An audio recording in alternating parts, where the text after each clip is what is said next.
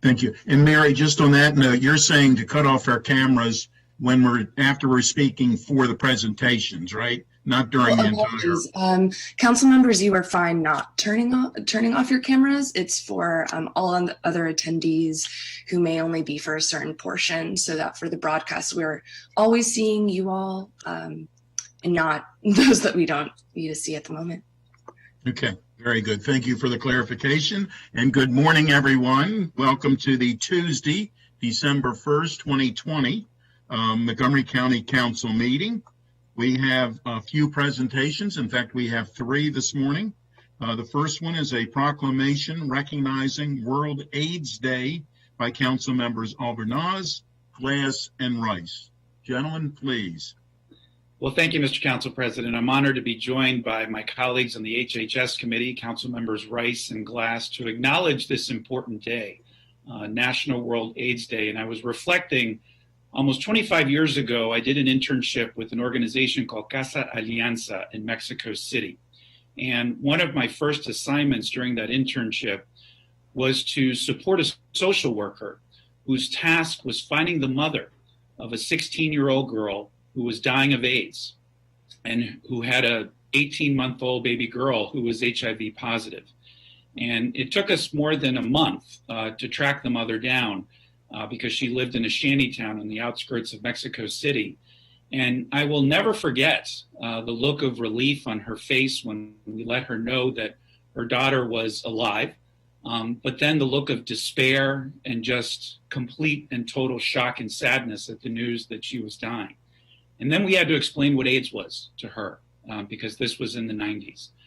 So many families and so many people across the country over the last 30 years have been devastated by the AIDS virus. And while we have made tremendous strides, it continues to disproportionately impact so many of our communities, many of the same communities that have been impacted by the pandemic. And so today is an important day to recognize the accomplishments, but there is still so much more work that needs to be done. And so I will invite in a moment my colleagues, Councilmember Rice, followed by Councilmember Glass, to make some opening comments. We will then hear from Dr. Travis Gales, our public health officer, who has been a leader in this space for a number of years. And I would also like to acknowledge in the audience is Emily Brown and Melvin Cawthon, representing the DHHS Public Health Services HIV team. And I'd like to announce that in the upcoming year, the HHS committee will be hosting a committee session to discuss the progress that the county has made and what work still needs to be done to continue to move us forward in addressing this devastating virus. So with that, I'd now like to turn it over to my colleague and friend, Councilmember Rice, to say a few words. Well, thank you very much, Mr. Chair. And I'd first like to thank Dr. Gales as well as Mr. Cawthon and Ms. Brown for hosting the HIV in Montgomery County forum today that I think is going to be from 1 o'clock to 2 o'clock. Don't want to steal your thunder there, but certainly want to applaud the great work that you're doing in terms of making sure that folks understand that we can't forget about this horrible disease. It's oftentimes, and we see it, unfortunately, that it's only when these diseases afflict famous people, people that we know, that folks want to rally around and talk about it. And I remember being a child and learning about Magic Johnson being HIV positive, and all of us in the Black community saying, well, he's dead, and seeing him today continues to remind those of us who remember when he first got that diagnosis about how far we have come when it comes to addressing the HIV and AIDS crisis. Then it was a concrete death sentence, and there was no question that there was no light at the end of the tunnel. And it's something that we've seen really has propelled across the world.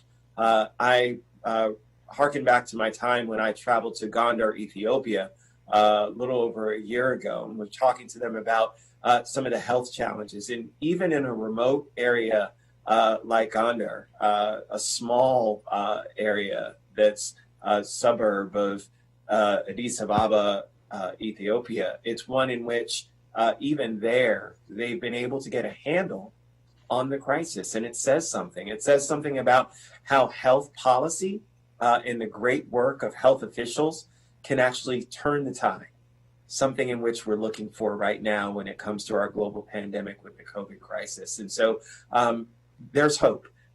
Just as there is now plenty of hope for those who have managed their condition, being HIV positive, even those who have full-blown AIDS. The number of viral treatments that are out there have continued to grow and expand and become even more successful. And it's due to the great work of health professionals. And so I really want to thank the health professionals today for their work in saving people's lives across the globe. Thank you very much, Mr. Albanos. Thank you, Councilmember Rice. Councilmember Glass. Thank you very much, Chairman Albornoz and Councilmember Rice, for collectively helping put a spotlight on World AIDS Day. And this year, we've been navigating our way through a global pandemic. And we know firsthand the challenges that a mass public health crisis is and the effects it has on not only our local community, but a global community. And just like COVID-19, we know that everyone in our community is at risk, but that information does not reach everybody equally.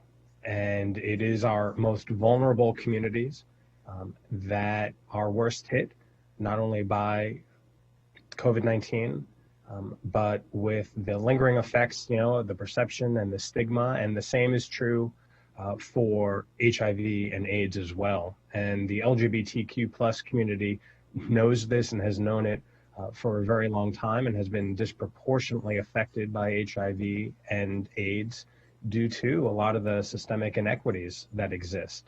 And some of those inequities, include non-inclusive sex education in high school. And according to the Centers for Disease Control, over half of the people in the United States with HIV are gay or bisexual men. And from conversations that I've had here in Montgomery County within our own community, I know firsthand how many members of the LGBTQ plus community, particularly our seniors, have been discriminated against, not only for their sexual orientation or gender identity, but because of their HIV status, which is why I introduced the LGBTQ Bill of Rights, and I'm so proud of this entire council for unanimously supporting that piece of legislation, which is the first in the region to incorporate HIV and AIDS in our anti-discrimination protections. And so again, I'm just so proud of the work that we are doing, not only as lawmakers, but our county government as well, and our healthcare providers and our organizational leaders. And so with that, we know that there is a lot more work to be done. And the theme of this year's World AIDS Day, resilience and impact, those are two principles that guide me in the work that I do here. And I know that it is the same principles that guide all of us. And so that we will continue making sure that our residents are safe and protected here at home with the information and with the health care that they need. Thank you so much, Councilmember Glass. Well said, both of you. I now like to invite Dr. Gales to say a few words as well. And upon completion of those words, we will read the proclamation. Dr. Gales. Good morning. Thank you to the full council and Councilmember Albornoz, chair of the committee, and Councilmember Rice and Councilmember Glass. You've said a mouthful already. There's not much else left to say. But thank you for the opportunity and recognition of today's date. We do celebrate the work and advances that you all referenced, including the many biomedical advances that have been put into play that have extended life for many folks and has removed the death sentence mentality, if you will, from how we designate HIV to the biomedical preventative methods that are in place now that are for individuals who are HIV negative to prevent them from becoming HIV positive. We also celebrate the great accomplishments as referenced to Councilmember Rice and Councilmember Albornoz's comments in terms of decreasing maternal transmission to practically zero across, in particular in the United States and many other countries.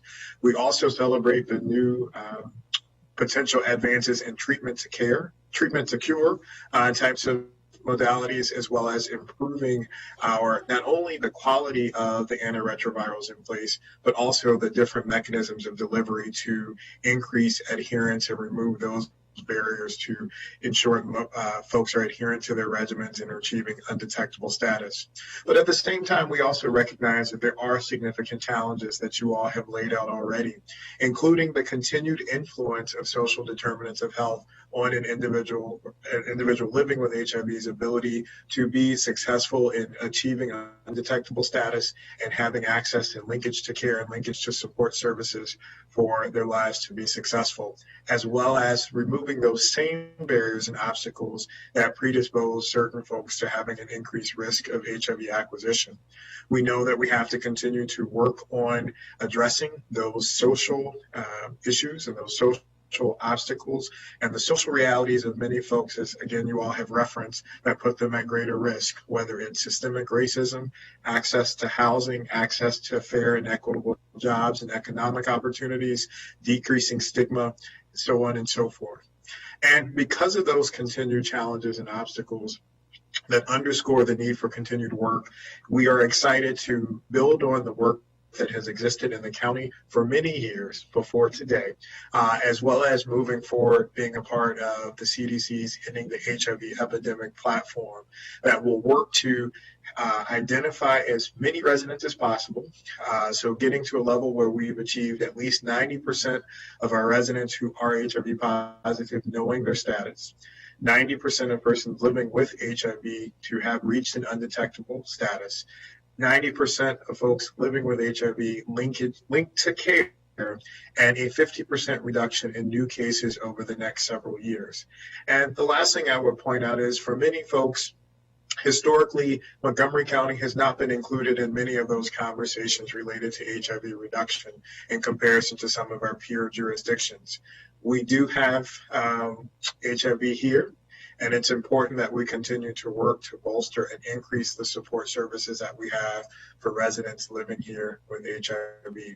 We have a great team in place, and we have just two of the many members of the team in place here in the county, as I mentioned, who've been doing the work for many years before today and will undoubtedly continue to lead the effort moving forward. Thank you. Thank you, Dr. Gales. Important message, and again, extraordinarily well said. All right, can I get a thumbs up? Do my colleagues have the proclamation before you? Because we're going to tag team this. All right, let's tag team. So without further ado, proclamation of the Montgomery County Council.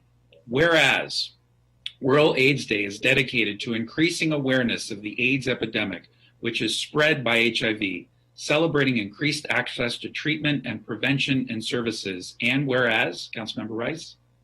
Despite the recent improvements in treatment, it is estimated that more than 40 million people worldwide have died of AIDS since 1981, and more than 37 million people are living with HIV, claiming an estimated 2 million lives annually, of which more than 250,000 are children. And whereas in Montgomery County, we have been designated as a priority jurisdiction for the federal public health initiative, Ending the HIV Epidemic, a plan for America. Because of the high infection rate and with more than 3,500 people living with HIV in our county. And whereas Montgomery County's plan to end HIV aims to reduce new HIV infections by 90% in 10 years through expanded testing, connections to prevention tools and treatment, and fine-tuning our ability to respond to outbreaks. And whereas Montgomery County's HIV epidemic shows serious disparities based on race, ethnicity, sexual orientation, and gender identity, especially across Black, Latino, and LGBTQ communities, making it vital to target our testing, prevention, and programs of care to address these important needs. Now, therefore, be it resolved that the County Council of Montgomery County, Maryland hereby recognizes December 1st, 2020 as World AIDS Day. And be it further resolved that the County Council calls upon all its residents to help end the HIV epidemic by learning the facts and fighting the stigma and showing support, respect, and compassion for those living with HIV, presented on this first day of December in the year 2020. Thank you all. Mr. President, I yield back to you. Thank you for a very, very fine presentation. Next, we're going to hear a proclamation celebrating the 40th anniversary of the Ag Reserve by Council Members Friedson, Rice, and Navarro.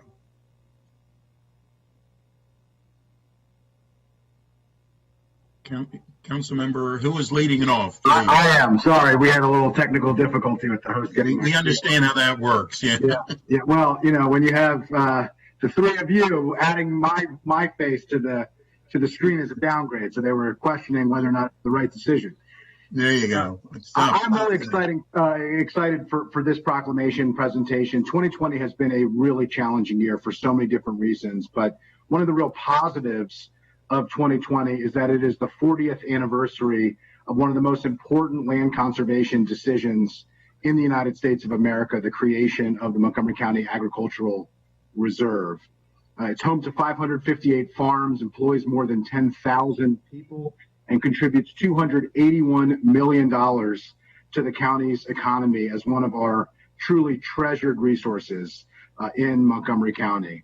There were so many people who helped create the Ag Reserve. It takes a village, truly, but no one's vision and commitment was more integral to the creation of the Agricultural Reserve than Dr. Royce Hansen, who we're honoring today.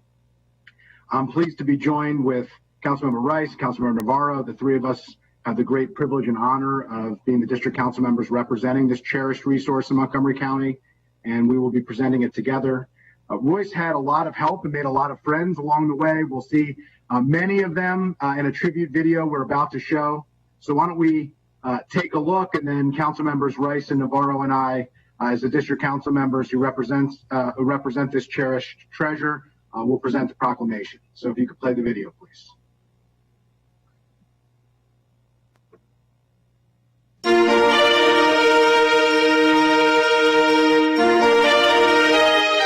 "40 years is a short time.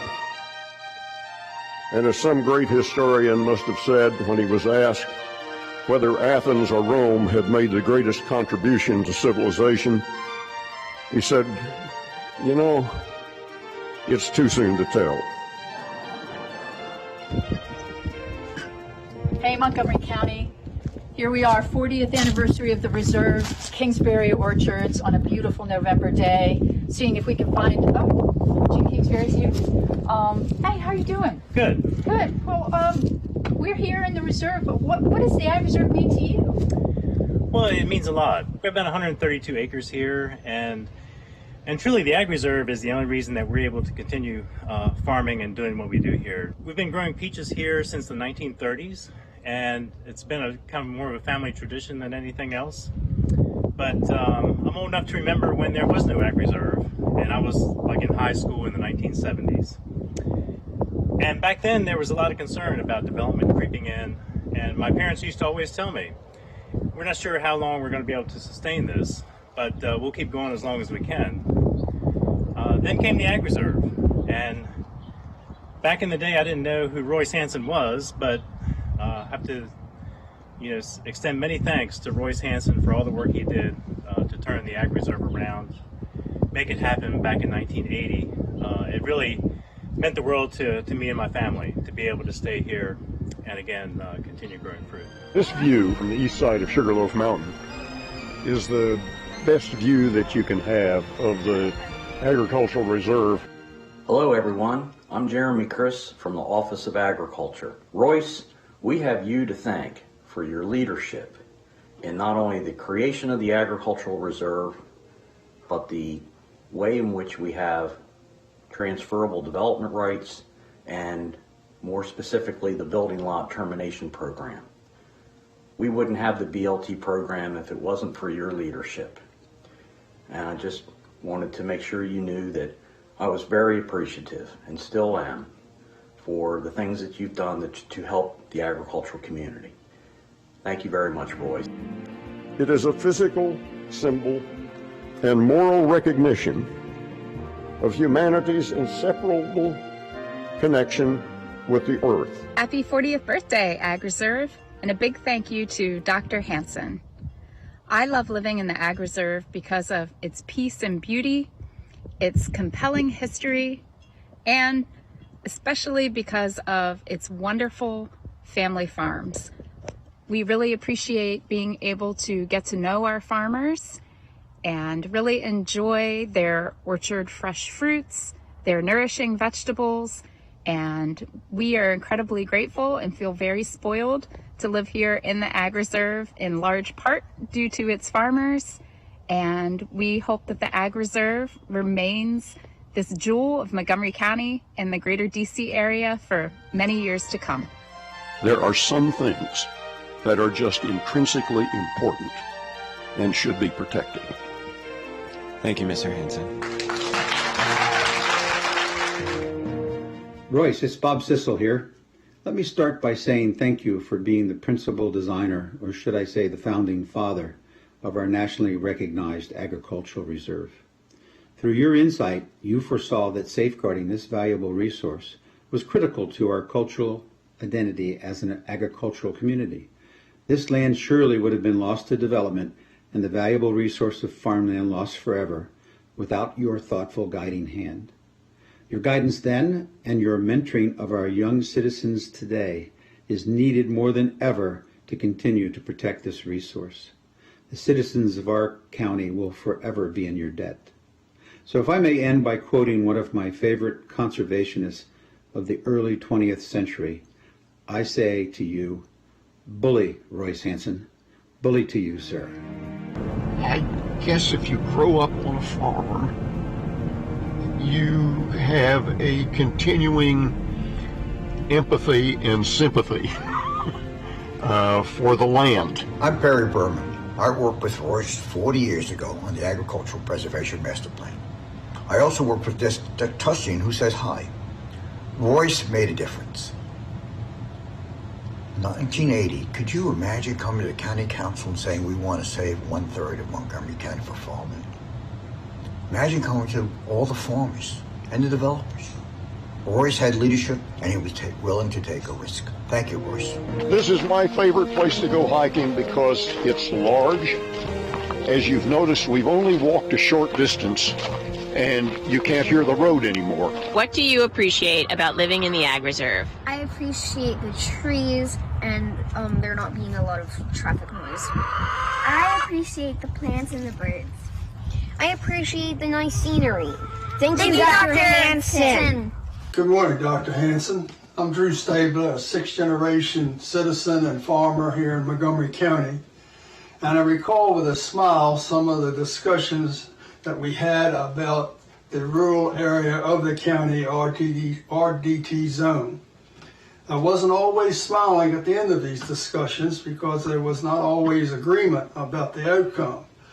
But I believe our group came up with a very usable idea for the preservation of agriculture and open space in the county. My family and I have certainly benefited from the use and sale of TDRs and BLTs and the profitability and success of our farming operations. Thank you for your time and energy on behalf of the citizens of the county, and I wish you luck and leisure in your retiring days. Hi, I'm Lauren Greenberger, President of Sugarloaf Citizens Association. The word you hear most about Royce Hansen is visionary. Industry would have brought the county enormous tax revenue, but would any of us have wanted to live here? Think Newark, New Jersey. So now, in contrast, we have a county that is the envy of others across the country. A thriving agricultural sector made up of multi-generational farms, side by side with innovative new farmers hailing from every corner of the globe. And hundreds of acres of parkland and open space, providing a carbon sink for greenhouse gases that threaten our climate. This is all due, in large part, to a man who was about to retire, but chose to step back into the arena. His steady hand, calm under pressure, and rare humility kept him open to the concerns of all stakeholders. From the bottom of my heart, Thank you, Royce Hanson. My name's Lonnie Luther. I'm president of Montgomery County Farm Bureau, and I'm privileged to speak on behalf of the farmers in Montgomery County. I want to express my thanks to Dr. Hanson for all he's done to create the Ag Reserve. He made it possible for the Luthers to buy a farm and farm here in Montgomery County. This is an example of our 4-H calves that we have for our grandchildren and our neighbor children. And we're thankful that we have a farm where we can have turkeys. We're thankful we have a place that we can raise cattle and raise some good beef. We enjoy the land and we try to produce food, wholesome and healthy food for everyone in the county. We wish him the very best going forward. And if we can ever help him out, let us know. Thank you. My name is Lynn Coleman Widmeyer. In 1980, I was a planner in charge of the Olney Master Plan, the plan that created TDRs in the county. Royce went over the plan with a fine-tooth comb and made lots of edits, all for the better. But the one I remember most was when he said that if we don't preserve agriculture, the only reminder of that heritage will be, quote, prefab garages that look like miniature dairy barns, end quote. In the play Hamilton, Eliza tells Hamilton, "You built me palaces out of paragraphs." Thank you, Royce, for using paragraphs to build the agricultural reserve. It is not only a source of fresh food, and increasingly a source of table crops for people, but it also is a great recreational and cultural resource. There are bike rallies throughout the reserve nowadays. There are new agricultural-oriented businesses being created, such as wineries. It is the source of most of the things that people find in their farmers markets down county. Here we are, beautiful November day, 40th anniversary of the reserve. What I would say is people ought to drive out into the reserve and enjoy it. And remember that an urban and suburban community is only a part of the overall ecology of a metropolitan area that should include viable agriculture, great scenery, and clean water and green forests.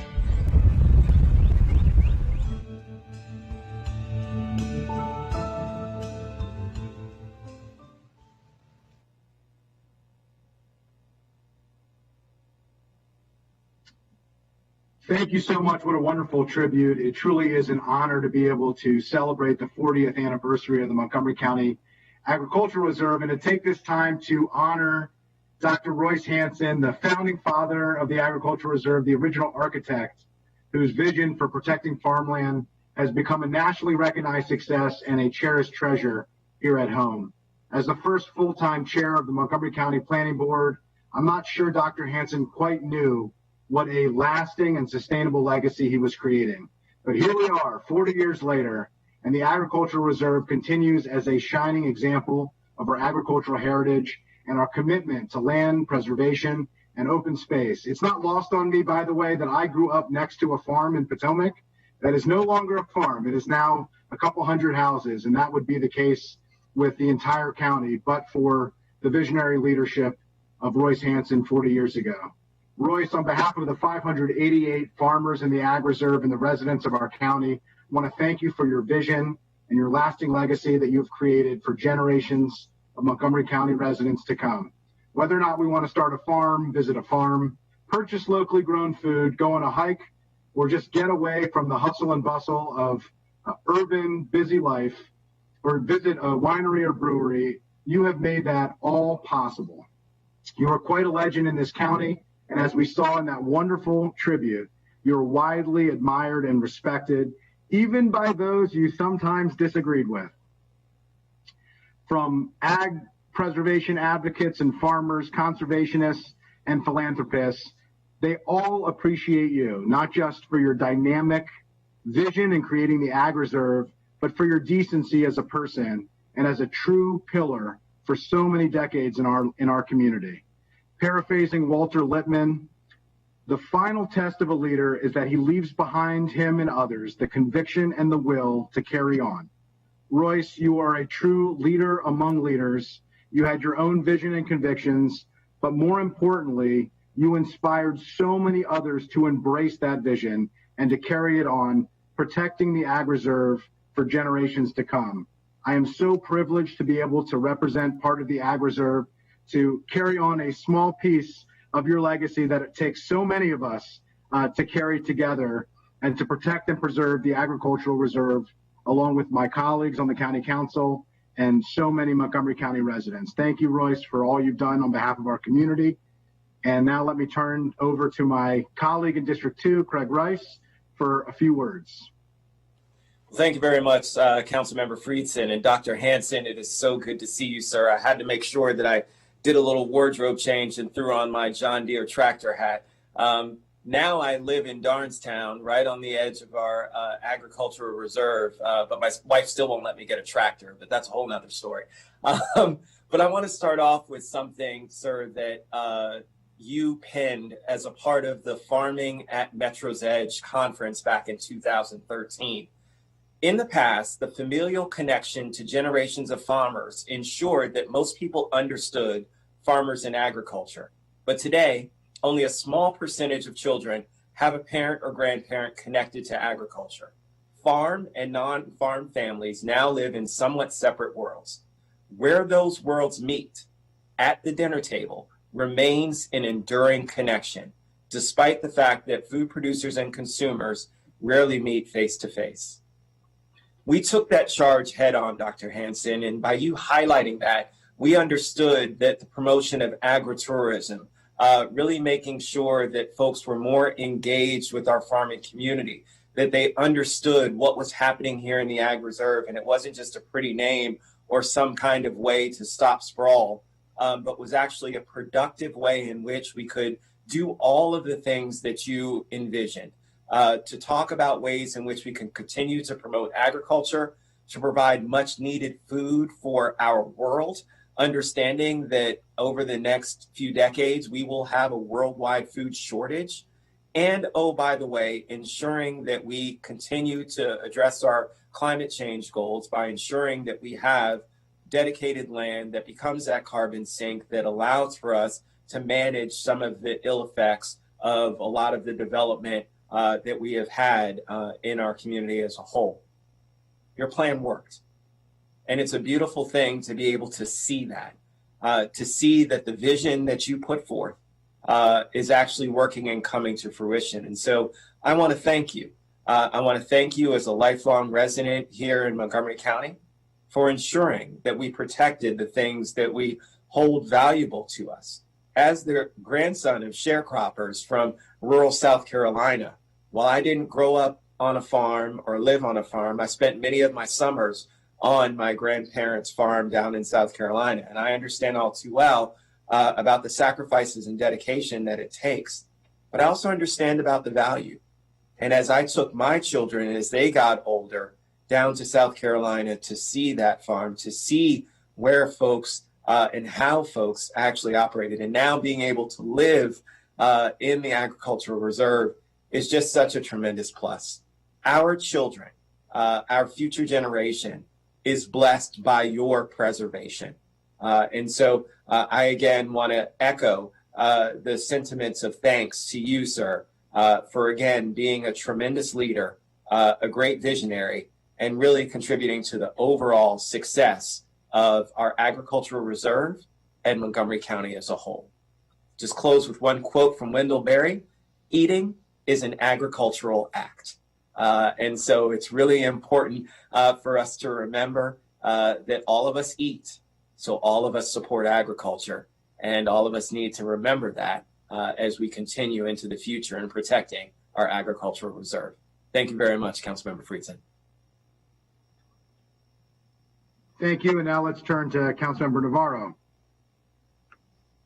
Thank you so much. Dr. Hansen, it's so good to see you virtually.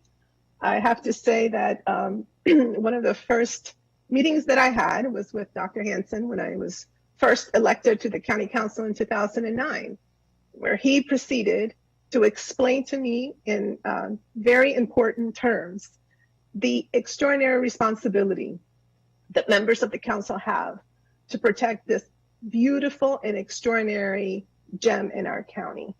And he pretty much also, gave me a bit of a warning that it was going to be tough, because when you think about the extraordinary issue that it is to have reserved a third of our land for agriculture at a time when we know that this is a county where we have a lot of need for housing and for other issues, it means that the county council who's responsible for land use must always be innovative and must always balance the needs of our residents with this extraordinary asset. And I will say that for me personally, after all these years, during this pandemic, I had to reflect once again on the importance of this resource, because we have always tried so hard to address the issues of food insecurity. And during this pandemic, we saw how nationally and globally the issue of food insecurity is real. And so for us here in the county to have this amazing resource, it's something to really pause and understand that it has so many different utilities. But one of them is this issue of food production, especially during a possible emergency such as the one that we're living right now. So congratulations, Dr. Hansen, because you led that path, you planted that seed and fought for it. And 40 years later, we are here still being able to celebrate having fought many battles, but preserving the integrity of this extraordinary asset. So thank you so much for having taken the time to advise this rookie back in 2009. And I know that subsequent councils will continue to understand and respect the integrity of this amazing and extraordinary resource here in our county. Thank you. Thank you, Councilmember Navarro. I will say, as Craig Rice said, if eating is an agricultural act, I'm more of an advocate than even I realize. But we're going to now read the proclamation here to a visionary leader in Royce Hansen, honoring the 40th anniversary of the Agricultural Reserve.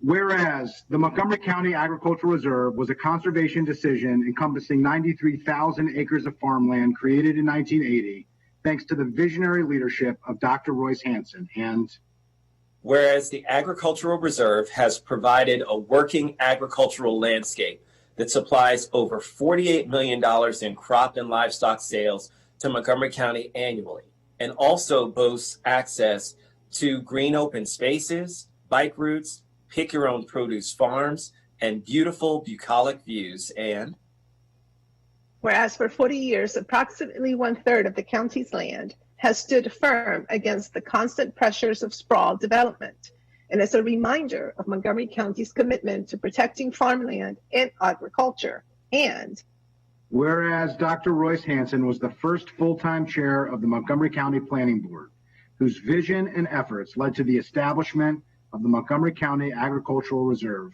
which provides an enduring example for the future of sustainability in metropolitan areas. Now, therefore, be it resolved that the County Council of Montgomery County, Maryland, hereby recognizes Dr. Royce Hansen and the 40th anniversary of the Agricultural Reserve. And be it further resolved that the County Council honors the Agricultural Reserve's commitment to sustainability, protection of vital resources, and preservation of farmland in Montgomery County, presented on this first day of December in the year 2020. Congratulations. Congratulations, Dr. Hansen. Congratulations, Dr. Hansen. Now I'd love to turn it over to Dr. Hansen to say a few words. I think you're muted, Dr. Hansen.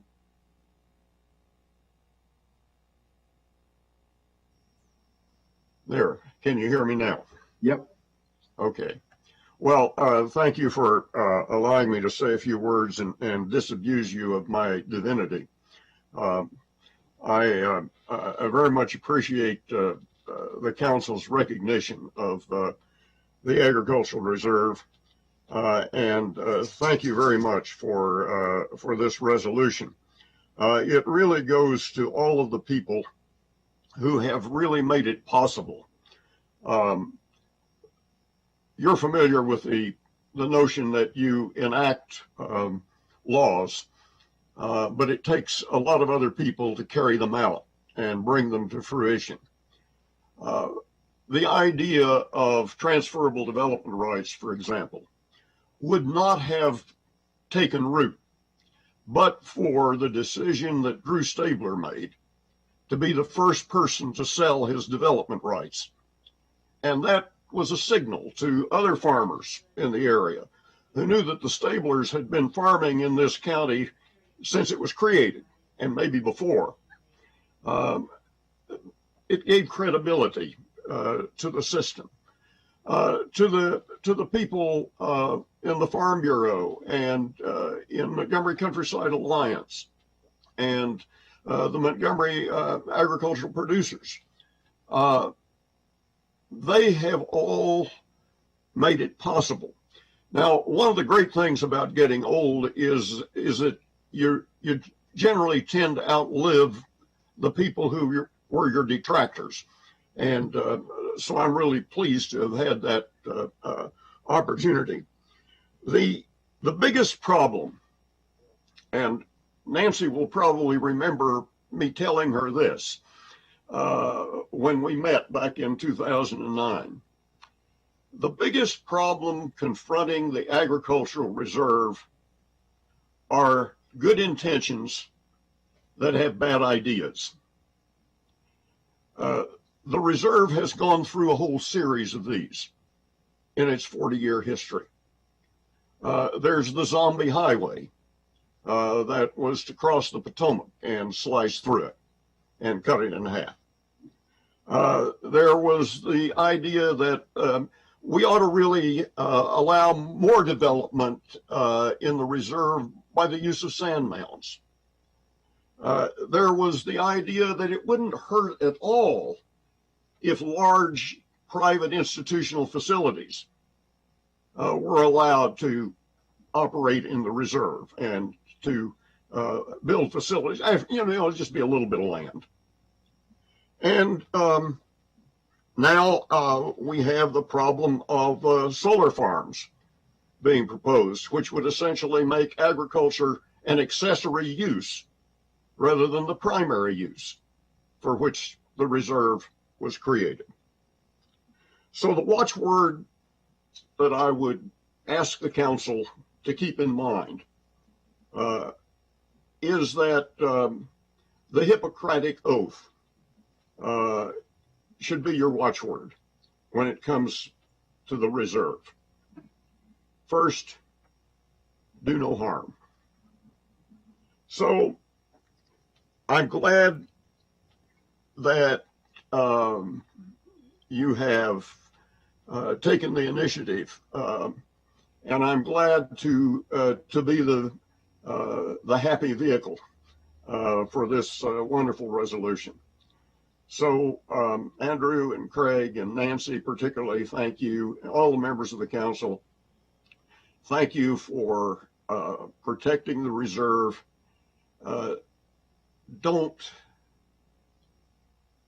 There's an old term in the religious tradition in which I grew up called backsliding.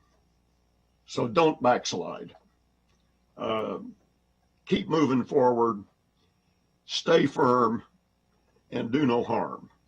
And thank you ever so much. Thank you, Dr. Hanson. Happy 40th birthday to the Agricultural Reserve. Here to 40 more years. And thank you, sir, to your legacy, which will last far more than 40 more years beyond that. Thank you, Mr. President. Thank you, and congratulations, Ag Reserve. And it's truly always a special day, Royce, when we get to see you. I miss our days when we used to see each other at Roy's place in Gaithersburg and see each other there. So thank you for all that you have done and are doing. And please stay healthy and well. Thank you. The last proclamation that we have today is a proclamation recognizing Rosa Parks by myself and County Executive Elrich. And we're very pleased to be joined by the Director of the Office of Human Rights, Jim Stowe, and the Director of the Department of Transportation, Chris Conklin. I was going to say, as the County Executive here, and I see the County Executive is here. Mr. County Executive, would you like to begin, please? Yeah, thank you very much. First of all, I just want to say that you guys have given out 2 amazing proclamations already this morning, and in recognizing Royce's work is greatly appreciated by all of us. I also want to say that Sydney, it's been great working with you as Council President for the last year. And I may not get a chance to say that again before your term is over, so I wanted to be sure I said it now. And I really did appreciate working with you and your open policy and communicating and really, always being willing to talk about what's best for the county. So I just want to make that clear and get a chance to say it publicly today. Thank you. So we're here today for the resolution on Rosa Parks Day, and I'm really happy to be here. This is actually an important day in American history, and for me, it's a time to reflect on our national and local history and the difficult lessons that are learned from the Civil Rights Movement and the continuing struggles to achieve its goals. Every time I talk about this, I think about this interview with Martin Luther King in the mid-'60s. He's in Congress and he's trying to get the Civil Rights Act through. And a reporter stops him and is like, sort of like, you seem to be running into problem. People say you're going too fast. And King says, well, they want us to wait another 40 years. And when I saw that, most recently in the movie by James Baldwin, I'm Not Your Negro, I was just struck by the 40 years in the mid-'60s. Well, actually, it's 55 years and we're not there yet. So apparently the length of time that, people were expected to wait for equal rights continues to drag on. Rosa Parks engaged in an act that challenged the status quo of her time, the simple act of sitting in a seat on a bus that she was prohibited from sitting in. And she did it in a time in our history when such a challenge to the status quo was fraught with risk. It crystallized the absurdity of a society that felt the need to determine something so basic as where a person was supposed to sit on a bus based on their color. Well, not the first act of defiance against segregation. Her act managed to capture the conscience of many Americans, so much so that it's remembered today. While we certainly have made progress since Rosa Parks sat down on the bus, achieving an acceptance of fundamental racial equality remains a persistent challenge in our society, a challenge which we must overcome, and we shall overcome. In this time of COVID, the persistence of that inequality has been laid bare for all to see. We're all aware there's still much work to do in the county government and throughout many of our communities. We are committed to that work, and we remain committed to being a community that constantly works for racial equity, diversity, and inclusion, and equal justice under the law. I want to salute the efforts of the Office of Human Rights and the Montgomery County Human Rights Commission as it implements the various civil rights laws carrying out this mandate. And I also want to mention our more recent work in implementing racial equity and social justice initiative. And again, I want to thank Councilmember Nancy Navarro and all the members of the council for their leadership and support of these efforts. We remember Rosa Parks and all of our national and local civil rights champions. We stand in solidarity with them and are thankful of the lessons and of the significance of how the courage of one person can change the world. And as we recognize December 1st as Rosa Parks Day in Montgomery County, we're calling on Montgomery County residents to remember Rosa Parks and her defiant act of courage as well. Be inspired to find ways to improve and promote inclusion and social justice in every neighborhood and community. And I especially want to thank the Human Rights Commission, Office of Human Rights, Office of Racial Equity and Social Justice, for your ongoing efforts to provide high-quality service, contribute to the betterment of our community, and for providing special leadership in commemorating the observance, especially in this difficult and divisive time. So thank you. Thank you. Thank you for your kind words as well, for not only about Rosa Parks, but certainly because of me as well. I appreciate your kind words. I'm going to ask Director Stowe and then followed by Director Conklin if they had comments as well, please. First of all, good morning, Mr. President and members of council. I hope and pray that all of you are well and have enjoyed a good Thanksgiving holiday with your families. Rosa Parks Day for me is so significant, and I would just echo what the county executives already said. One of the things we often think about is that Rosa Parks in this day, December 1st, back in 1955, was going home as she always did after work from the department store, going back to Cleveland Avenue, where she lived with her husband. And one of the issues that came up that particular day was that she was asked to give up her seat, and some people confuse that with being asked to sit at the back of the bus. She was already at the back of the bus. She was in the section that was designated for colored patrons. And so she was in her proper seat.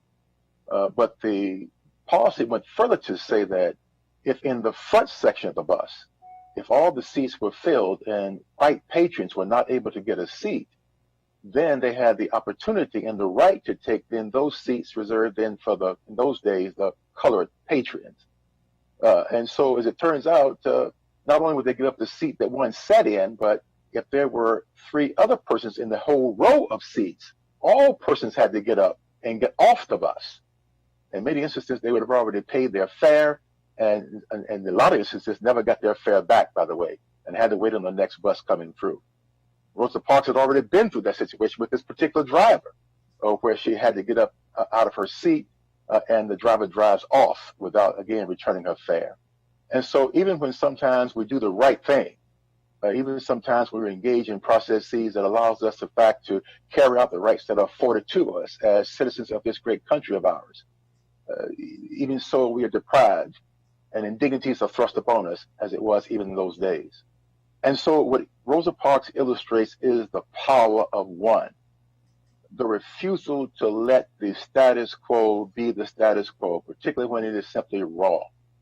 And so I would just ask all of us to pattern ourselves after a life like Rosa Parks, where we in fact see things that are simply wrong, that we do something about them, that we stand up for justice, that we stand up for the rights of others who may not be able to articulate their own need to be in fact advocated for. And so we take this day upon ourselves, and I just appreciate so much our Department of Transportation and the work that they're doing to commemorate this day as well, and the leadership of our county executive. And I would just simply end with this. The Montgomery Bus Boycott was coordinated by the Montgomery Improvement Association, which was coordinated by and led by, I should say, a young man who came to Montgomery, Alabama from Atlanta, Georgia, the Reverend Dr. Martin Luther King. Now, he said these words: "A man dies when he refuses to stand up for that which is right. A man dies when he refuses to stand up for justice. A man dies when he refuses to stand up for that which is true." And for Rosa Parks, when presented with the moment, she not only stood up steadfast, but she exercised the most powerful force on this earth, and that's the power of one.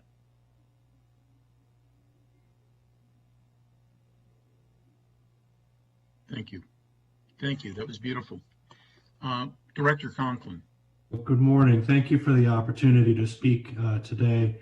What I would like to talk about is the inspiration of the courage of Rosa Parks, so that we continue to see and confront the influence of racism, both overt and institutional, that's in our transportation system today.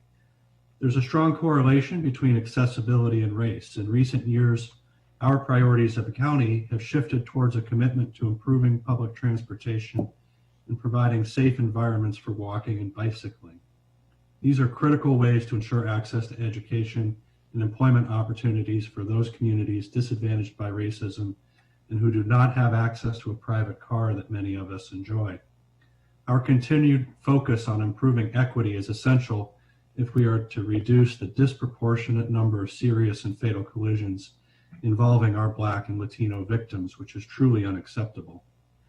We also need to recognize and have the courage to represent the often missing voices from parts of our community that are excluded from, unable to, or uncomfortable with participation in government processes that guide our transportation decisions.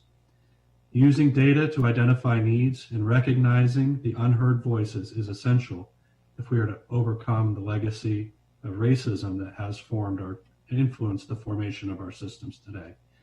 To celebrate Rosa Parks' courage and our continuing commitment to overcoming racial disparity reinforced by our transportation system, we are proud to commemorate this day by placing placards at all of our transit vehicles and through promotion of Rosa Parks' courage and action in our social media and through our ongoing and policy and program efforts. We are truly inspired by Rosa Parks' courage, and I commit all of us to continuing to address these issues and moving forward. Thank you. Thank you. Well said. One of the real pleasures of doing proclamations is that it makes me, and I'm sure others, go back and read again why you were a person. We've all heard about Rosa Parks our whole lives. I mean, Rosa Parks just passed away 15 years ago.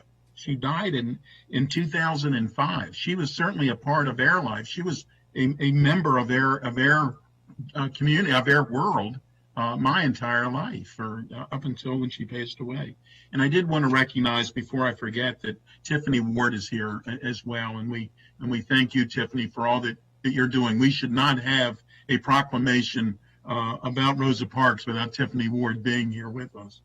I appreciate Director Stowe's talking about the history of what Rosa Parks did. And I was going to mention it as well. There's no need to mention it twice. But one of the things that I really enjoyed reading was quotes from Rosa Parks. And I have just a few, and we're going to get to the proclamation that the county executive and I will read. But this is what she said. All I was doing was trying to get home from work. My only concern was to get home after a hard day's work. Our mistreatment was just not right, and I was tired of it. I knew someone had to take the first step, and I made up my mind not to move. Each person must live their life as a model for others. That one is worth repeating as well. Each person must live their life as a model for others. We thank Rosa Parks for doing just that and teaching us to do just that. And with that, Mr. County Executive, would you like to lead off reading the proclamation, please? Okay, are you going to flash that proclamation up there?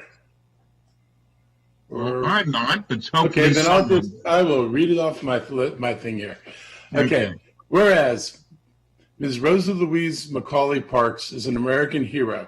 Her courage and moral clarity in the face of bigotry and oppression highlighted the civil rights movement and inspired millions to stand up for fundamental fairness. And whereas on December 1st, 1955, Rosa Parks' refusal to give up her seat to a white man on a Montgomery, Alabama bus and her silent, determined defiance gave voice to millions in their fight against injustice and intolerance. And whereas Ms. Parks' arrest sparked the December 5th boycott of city buses by 42,000 African Americans, which helped change the course of America. And whereas this act was called the Montgomery Bus Boycott, which lasted 381 days and ended on December 21st, 1956, with the U.S. Supreme Court ruling in November 13th, 1956, that segregation on city buses was unconstitutional,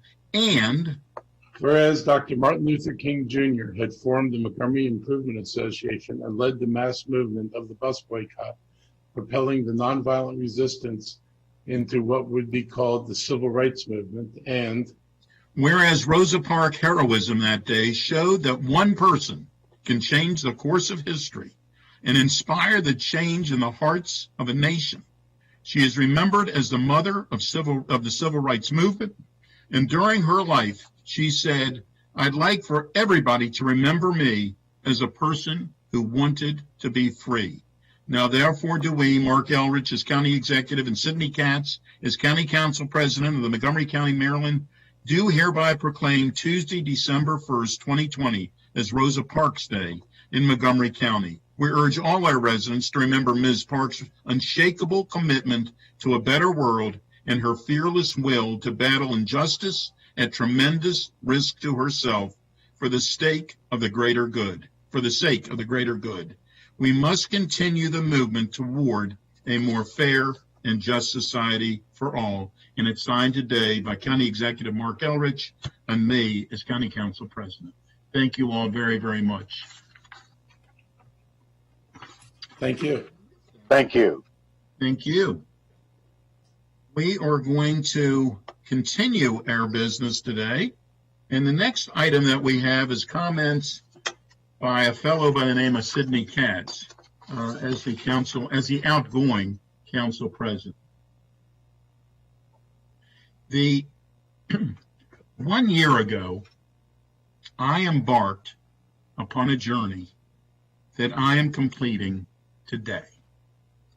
Those of you who know me well are already aware of the fact that I have always joked that I have never actually figured out why anyone would want to leave Montgomery County, Maryland.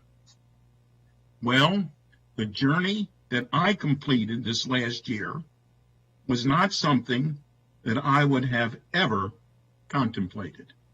Not only did I stay in Montgomery County, I barely left my house. So I say this with a sense of humor, although there is very little about the past 12 months that is humorous.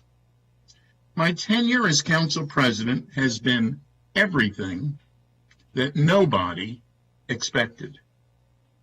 As I reflect back on this past year, I am both proud and grateful. I am proud that the council was able to do so much for our residents during one of, if not the most challenging time in our history. I am grateful that I had the tremendous support of my colleagues, staff, family, and friends. The global pandemic affected each and every one of our residents, some much more than others. The challenges that COVID-19 presented were unprecedented. Our lives were and continue to be upended on every level. Health and well-being, economic stability, technologically, and in our ability to interact with each other. It made each person realize that we cannot take for granted so much of what happens to us. In some ways, it brought out the best of us. Neighbor helping neighbor. It also reminded us of the disparities we are constantly working to eliminate. Recognizing that the pandemic is causing an unprecedented financial hardship for many of our residents, the council acted decisively and quickly sprang into action. We worked together with the county executive to help our residents, business, and nonprofits. We enacted the COVID-19 rental assistance program to provide rent subsidy payments to those most in need. This $20 million fund is going a long way to prevent a surge in homelessness. We provided aid to common ownership communities to make up for some of the losses they are experiencing and to help prevent the loss of housing in these communities. The Public Health Grant, Emergency Grant, the FEG grant, provided a big boost to small businesses, including restaurants and retail. This $25 million grant program was key in our immediate response to the urgent need to maintain the economic viability of the businesses in our county. The grant assistance to help businesses and nonprofits with the cost incurred due to the need to telework was extraordinarily helpful in their ability to continue to keep the lights on. Councilmember Friedson spearheaded this effort with coordination from the Montgomery County Economic Development Corporation. We allocated $350,000 for the purchase and manufacturing of personal protective gear. The $3 million special appropriation to support the needs of medical and dental practices was imperative so that they can continue to contribute to the healing of our community. We were able to assist the business and nonprofit sectors once again with the $14 million Reopen Montgomery Business Assistance Program. The reopening process is not an easy one, and these funds help to lessen the burden for many. In September, we appropriated $7.7 million to help families pay for school-age childcare during distance learning, as well as to providers, many of whom had lost 100% of their income for many months. This was a real boost to families as they navigate virtual learning. We did all of this while painstakingly passing a same service budget. This was not an easy task, and one that we did not take lightly. Although it was not the budget anyone had hoped for, it did allow us to avoid layoffs and furloughs, which of course was a very important goal for the council. In my more than 24 business briefings, I was able to hear from local business owners and nonprofit leaders.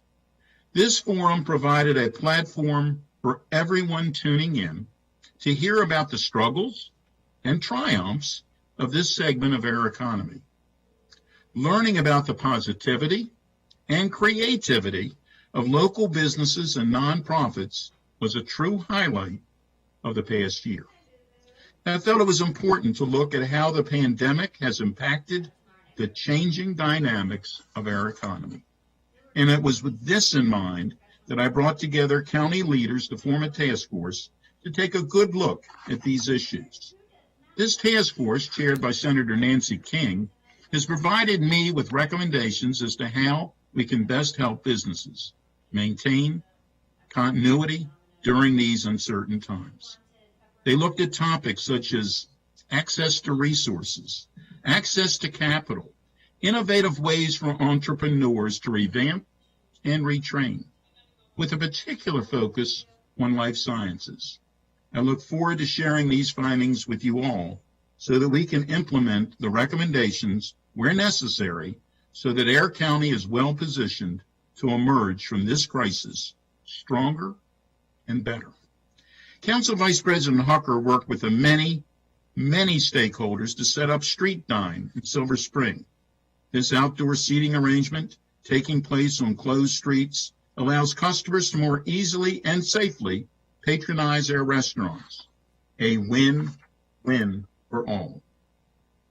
I have always been a person who seeks to solve problems by gathering everyone around the table or the Zoom camera to talk through an issue until a resolution is identified. I did just that with a divergence of opinions arose between the competitive swim community and the county public health officials about the COVID-19 lap lane policy. Everyone listened and learned, and a solution quickly followed. Although the coronavirus was and still is the focal point of 2020, it is important to bring attention to some of the other very important arenas in which the council has taken action. I am pleased that the council was able to establish the local business preference program. As a former small business owner, I know how important it is to keep local businesses here. This legislation is another tool in the toolbox to do just that. In February, council members Friedson and Albernaz and I hosted a faith-based town hall to facilitate a discussion about security for our faith communities. It was both well-attended and productive. And although both the racial and economic disparities we must address became even clearer, we did not let this hinder our efforts. In fact, we acted strategically to assist those with the greatest needs. The $3.3 million to implement the African American Health Program provides a targeted response to the disparate impact on the coronavirus on our African American and Black residents. I thank Council Members Rice and Joando for their efforts to bring this to fruition. The funding which established Por Nuestra Salud y Bienestar for our health and well-being is providing wraparound services, including COVID-19 testing, targeted to our Latino residents. Thank you, Council Members Navarro and Albernaz, for continually reminding us that culturally competent care for underserved communities is so very important.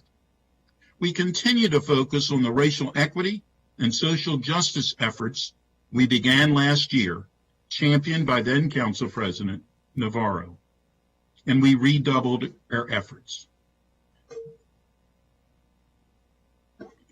The Policing Advisory Commission is up and running.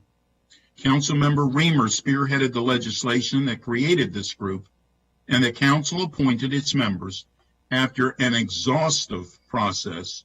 There were so many qualified applicants that it made our jobs very difficult. I look forward to following their work and hearing their findings. Thanks to Councilmember Glass, the council passed the LGBTQ Bill of Rights. This legislation explicitly bans LGBTQ plus discrimination in healthcare facilities, nursing homes, and personal care facilities, a necessary step in the expansion of protections. This was a year of reimagining public safety, the needs of our workforce, our educational system, and the needs of our students. It is always difficult to challenge the status quo and even harder to change it. But change it, we did. Some changes happened overnight, and some changes took months, and some have not yet been fully implemented. As we continue to adapt to our new normal, it is my hope and firm belief that we will once again flourish. Facing the multitude and magnitude of challenges that we have had during the past year has brought out a strength in us that we may not have known was there. We dug deep, worked together tirelessly, and approached each issue head on. We accomplished a lot, and we did it with a lot of help. My colleagues were with me every step of the way, and I mean every step of the way. There were many days when I spoke with each of you, sometimes more than once, and a shout out to your chiefs of staff who sometimes had to corral you for me. To Marlene and Craig Howard and Linda, your guidance and sage advice were the glue that held everything together. I am indebted and grateful. Michelle and Nick, I know I presented you with more challenges than you probably thought were possible, but you kept your cool, and I truly appreciate your patience and technological prowess. Our new clerk, Selena. Let me say that your tireless efforts to keep up with the constant, and I mean constant, changes is truly remarkable. You could be a gymnast, since you were extraordinarily flexible. Your team, Mary Ann and Ann, kept the trains running. I can't say running on time, but that was not their doing. We have the finest Office of Public Information, PIO, team anywhere. I know that Sonia spent many a late night writing and rewriting and editing and rewriting many, many press pieces. To Juan, Mariche, Nicholas, Susan Kennedy, and Mike, thank you all for your wonderful and creative ideas and for always doing a great job. Our crack legal team, Bob, Amanda, Christine, and Jeff, thank you for your attempt at keeping us on the correct side of the law. I want to thank Susan Farad for her ability to remind me that even though I am the council president, I am the chair of the Public Safety Committee, and that we had lots of important work to do and needed to find time to do it. Susan, your knowledge and expertise are invaluable. Thanks also to Jean, Vivian, and Carolyn, who got us through some tough topics and difficult pieces of legislation. To Glenn and Pam, I want to thank you for doing such an incredible job leading us through the subdivision staging policy.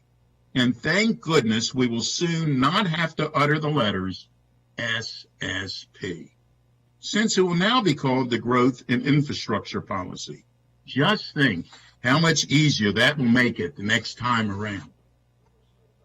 To the Office of Legislative Oversight, OLO, Chris and your team, especially Elaine, your in-depth analysis, whether it be regarding the budget, racial equity analysis, or any other topic, is unmatched by anyone. To the Legislative Information Services, the LIS team, led by Sandra, I am still amazed at the quantity of correspondence that we get. And by we, I mean you. Thank you for your diligence. And special thanks to Delphine for her work on the public hearings and to Jill for taking on the responsibility. So I've mentioned some people who assisted me every step of the way for the past 365 days. But who other than Lisa is counting the days? But there are a few others who did more than assist me.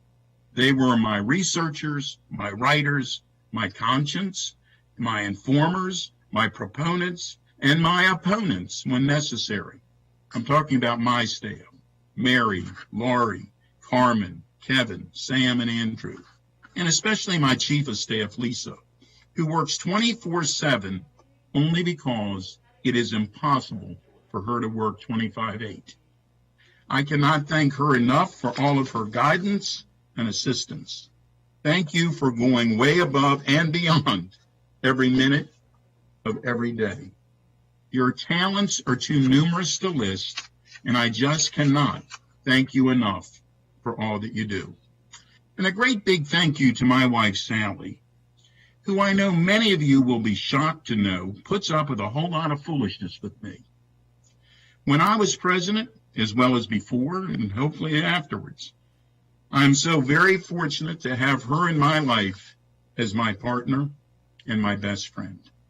I also want to thank the rest of my entire family, our children Stephanie and Heather, and her son-in-law Cliff, my brothers Alan and Terry and their families for their thoughts and guidance, and so many other residents, friends, and acquaintances who take the time to give me their thoughts and suggested solutions.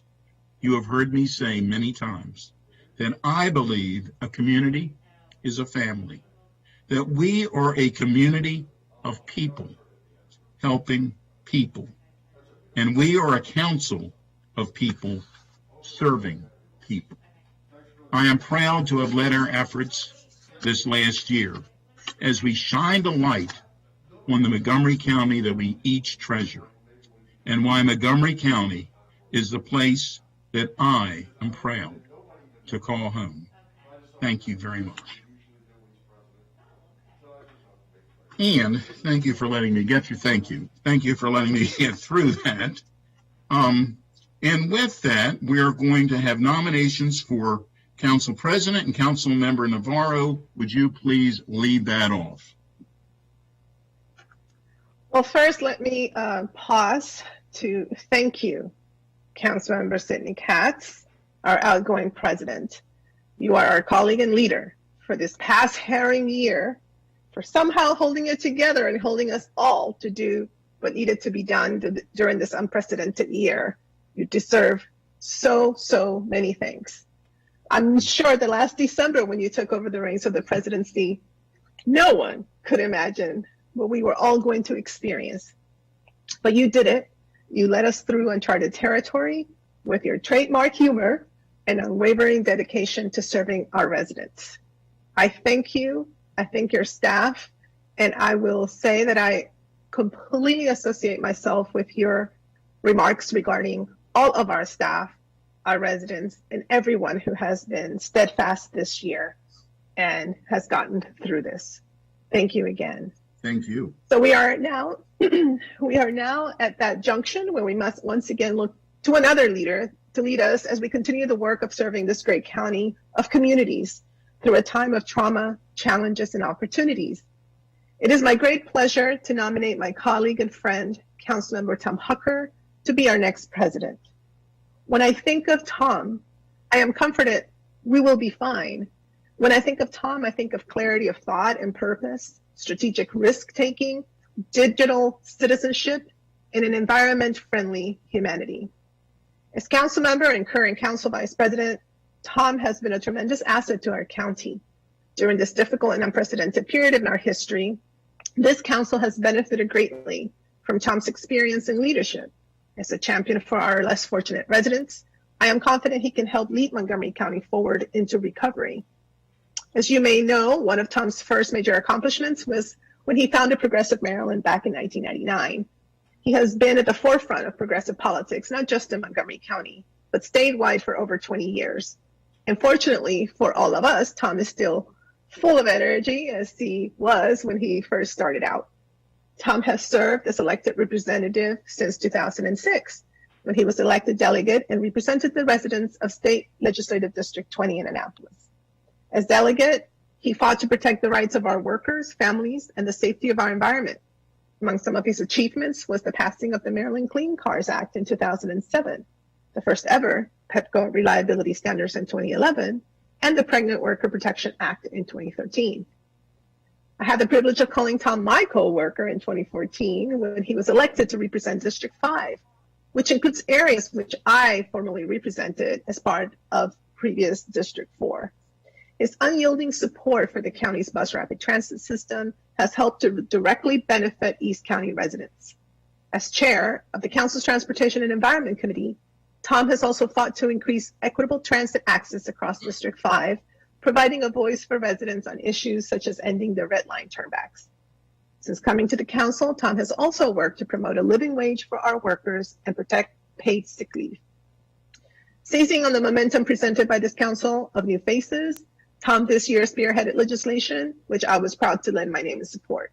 One such bill is Bill 24-19, Landlord-Tenant Relations, Obligations of Landlord Air Conditioning, which further protects our county's renters by ensuring that no one, particularly now, as we're all stuck at home, has to go without air conditioning in their units.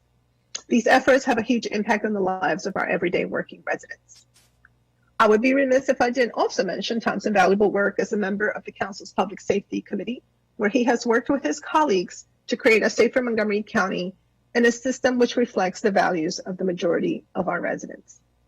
During this pandemic, Tom has demonstrated a kind of leadership and empathy that will serve us well in his next role. As council president, he will have a lot of work to do to help us move along the road to recovery, but I know he will approach the next year with poise and courage.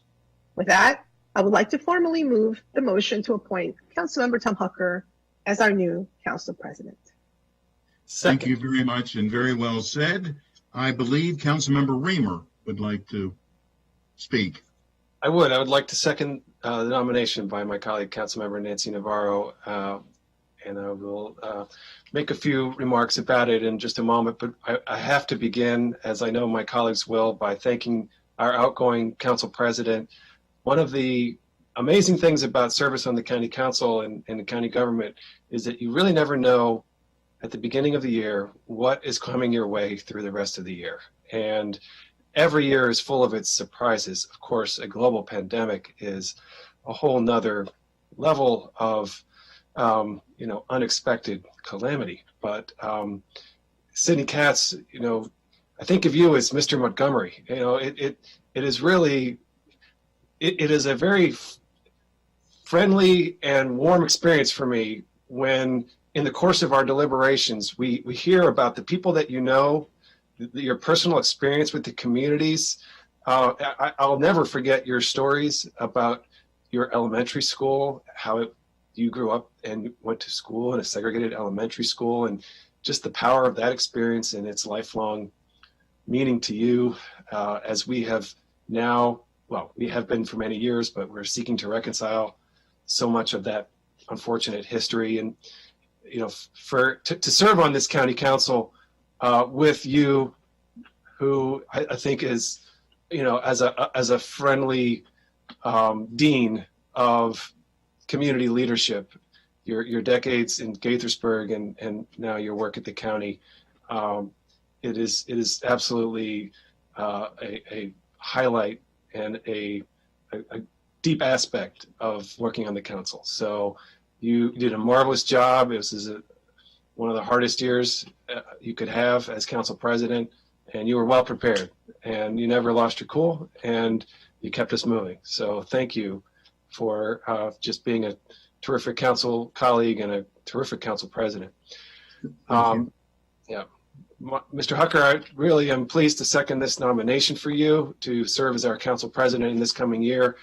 And unfortunately, what I said about Councilmember Katz, that the year is going to have its unexpected turns, is going to hold for you as well. And I think we're all anxious about what's coming because, we've been hit with a lot, but the effect of this pandemic is yet to be fully felt, I think, in many ways. And already the virus is at a peak now that we only imagined throughout the course of the year, and it's still climbing, and the economic and social impacts are going to be felt for years. And what I'm excited about in your leadership is your diligence and your focus on meeting the needs that otherwise might be left behind. And I find often in my work at the council, a crucial issue is coming across, and I just know that you're going to grab that and you're going to make sure that we don't leave that behind. Councilmember Navarro mentioned the air conditioning legislation. It's a good example. I think it's just a poignant example of making sure that this county is addressing the needs for our entire community. And your work over the years on tenants' rights and climate and voting rights, I think has just been a big part of this council's delivering for the whole community. You've done a marvelous job over the past year, plus on the highway expansion plan from the governor. You're always so prepared for the work that you do, and I'm looking forward to your bringing that skill to your work as council president. So I'm really pleased to second your nomination. Thank you. Thank you. Councilmember Albornoz. Thank you, Mr. President. I'll be very brief. First, I want to use the metaphor of your prolific collection of ties to say that you kept us tied together this year, sir, in so many different ways. And I want to acknowledge your leadership, your friendship, and you kept us tied together in ways both big and small, most of which the general public won't see. Those midnight phone calls, those 6 a.m. phone calls. And you did it in a way that with a high degree of humility and kindness. And it's been an honor to serve with you this year. And I want to acknowledge Sally, and her tremendous sacrifices this year as well, supporting you and loving you and your entire family, and that, of course, of your team as well. So thank you, Mr. President, for your leadership. Tom, I look forward to serving with you in this capacity, my friend. It's going to be a good year, and that's all for now. Thank you all so much. Thank you. Councilmember Giwando. Thank you. I just also wanted to chime in and get one more. I enjoyed, as you saw in the text I just sent you, I said, Mr. President, I'd like to speak. So it was probably my last text to you in that fashion. Not my last text to you, but with that address. I hear you. And I also just want to take this opportunity to thank you for your leadership, your friendship. We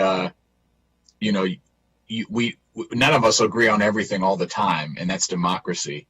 But I think we've done a good job, and you have led by example this year in an unprecedented and difficult year of shepherding us through those disagreements in an agreeable way, and always reminding us that we're a family, not only on this council, but in this county, in this state, and in this community. And I personally appreciate that deeply. And I know when I talk to you, you are coming from a place that you care about people. And we have different approaches, and I can say that for all of my colleagues, but I just really appreciate you setting that tone in a very trying year. So thank you, Sydney. Thank you, Mr. President. And Tom, to you, Council Vice President Hucker, I am excited about stepping forward in a new leadership role for you. And I think you have demonstrated over a long time. One of the things I was remarking, because you shave your head, you don't get older. We never know how, when I think when Councilmember Navarro was saying you had been doing this, Progressive Maryland was 1999. I mean, it's hard to believe, that you've been doing this work as long as you have, and just in a vigorous and a very kind of strategic way. And really looking forward to working with you through another difficult year where we're going to have to make some difficult choices and decisions about how we take care of our residents and move the county forward. So really excited to work with you, and congratulations in advance. So thank you, Mr. President. Thank you. And I can tell you, I'm not going to shave my head. Mine's doing it organically, I think. So I don't need to do that. Councilmember Glass, please. Mine's doing it organically as well. In a few years, I'll be joining that club. But Mr. President, this has been an incredibly tough year here at home and across the globe. And you did an incredible job herding us and getting us on the same page and getting us on the same Zoom account. Your calm and cool, collected leadership was exactly what we needed as our world changed in the blink of an eye. And it was your leadership that facilitated our ability to collaboratively work together to keep our residents healthy and safe as best we could, and as we will continue doing moving forward. And it was under your presidency that we renamed at times the consent calendar to the collaboration calendar, because that's what this year was all about. I also appreciate your quick texting fingers during council sessions, so hopefully they will get a rest. And as I mentioned, I think during the SSP conversation, you were most deserving of the Wimbledon Championship Cup for all the balls you juggled and caught during our round robin conversations with texts flying and whatnot. But, most of all, I really do appreciate your grace and humor that you bring every day to our work here at the council, and that you bring to all the constituents that we have here in Montgomery County, and the way you conduct yourself. You are a class act, and I thank you and your team for your leadership during this incredible year. And moving over to Councilmember Hucker, this is going to be a tough year moving forward for local government here and across the country, full of uncertainty, but I know that you are up to the task of shepherding us as we work together to keep our residents healthy and safe during this pandemic and the recovery that I expect in the next few months. Your strategic thinking and working relationship with leaders from across the state, I think will provide much value to the work that we will continue doing as we again work collectively to move our community forward during these uncertain times. And so I look forward to working with you, continuing our friendship, and will appreciate you and your team's efforts over the next 12 months. Thank you. Thank you. Councilmember Friedson. Thank you, Mr. President. I appreciate it. I echo all of the comments of colleagues just to thank you for being a council president who has navigated this body through the most unprecedented year in our history, and certainly has overseen the most number of council sessions and the longest council sessions in the history of the Montgomery County Council. I'm not going to look back and review that. I am very confident and certain of that.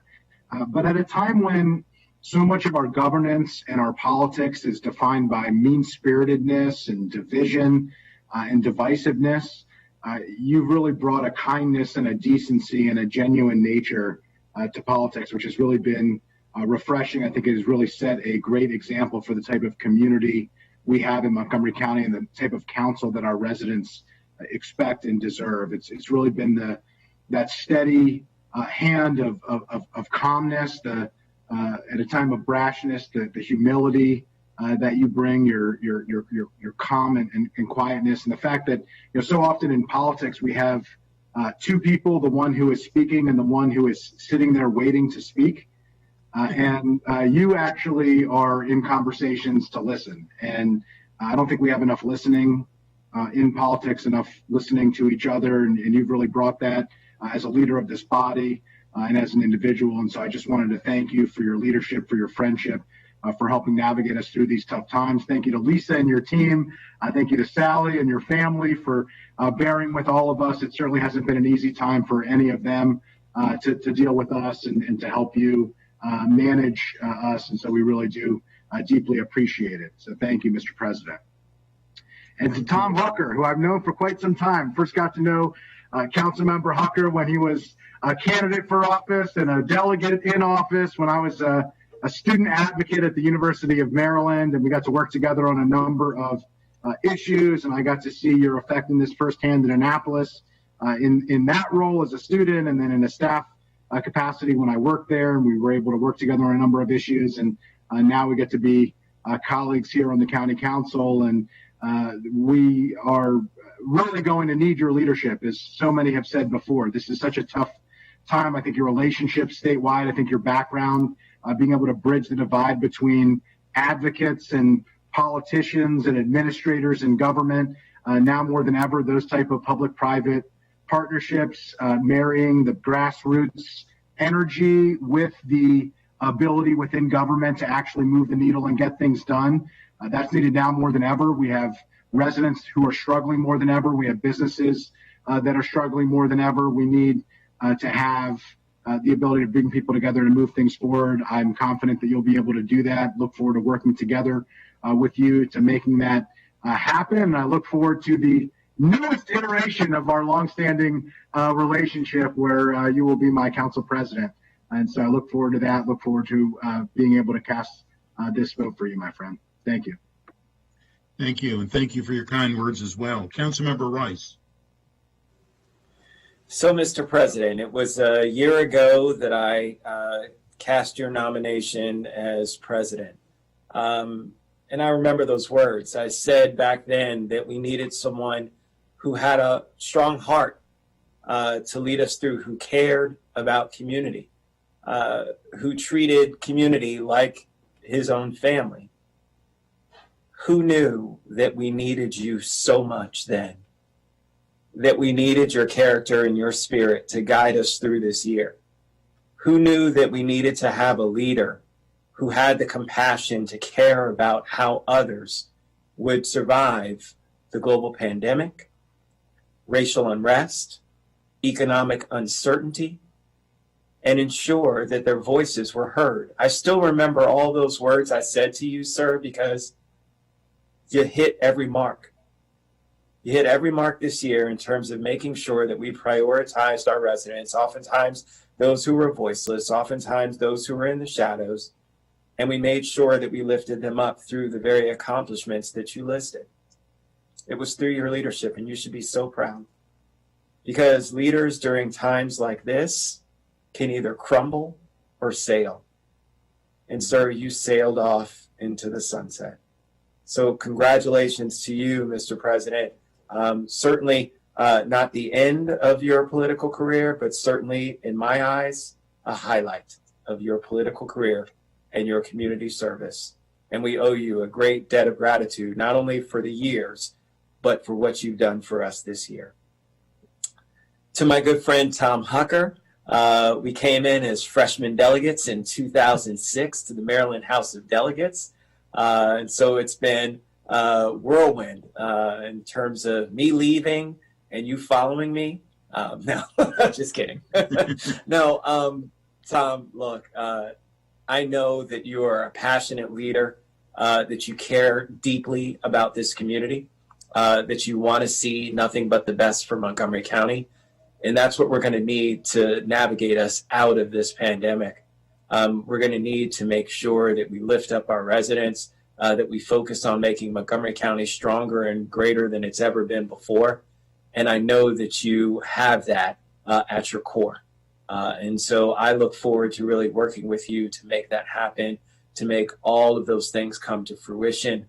I know that you will lead with that same fervor, the same way that you advocated in Annapolis and did your part crusading for those who were less fortunate. And I know that you're going to do the same in leading this council in making sure that those things happen. So very happy to support you in that effort and look forward to your leadership as our council president. Thank you very much, Mr. President. Thank you. And with that, we have a nomination for the next council president. It was made by Councilmember Navarro and seconded by Councilmember Reamer. All those in favor, please raise your hand. I was going to say, Council Vice President Ucker, I know you're going to vote for yourself. I mean, I know you've learned that. And that is unanimous. Congratulations. And Tom, we all look forward to working with you very, very soon as Council President. And the next item that we have is the Council Vice President. Councilmember Navarro, you did such a good job last time on who you nominated. Would you like to nominate a Vice President, please? It's an honor. It is truly an honor. And first, congratulations to our new president, Councilmember Tom Hucker. And now it is truly an honor and a privilege to nominate mi hermano and colleague, Councilmember Gabe Albornoz, to be the council's next vice president. Let me quickly point out that Gabe is the first among our now, I think, sophomore group of council members to become vice president this term. Although, truthfully, 2020 has made us all feel like elder statesmen and stateswomen.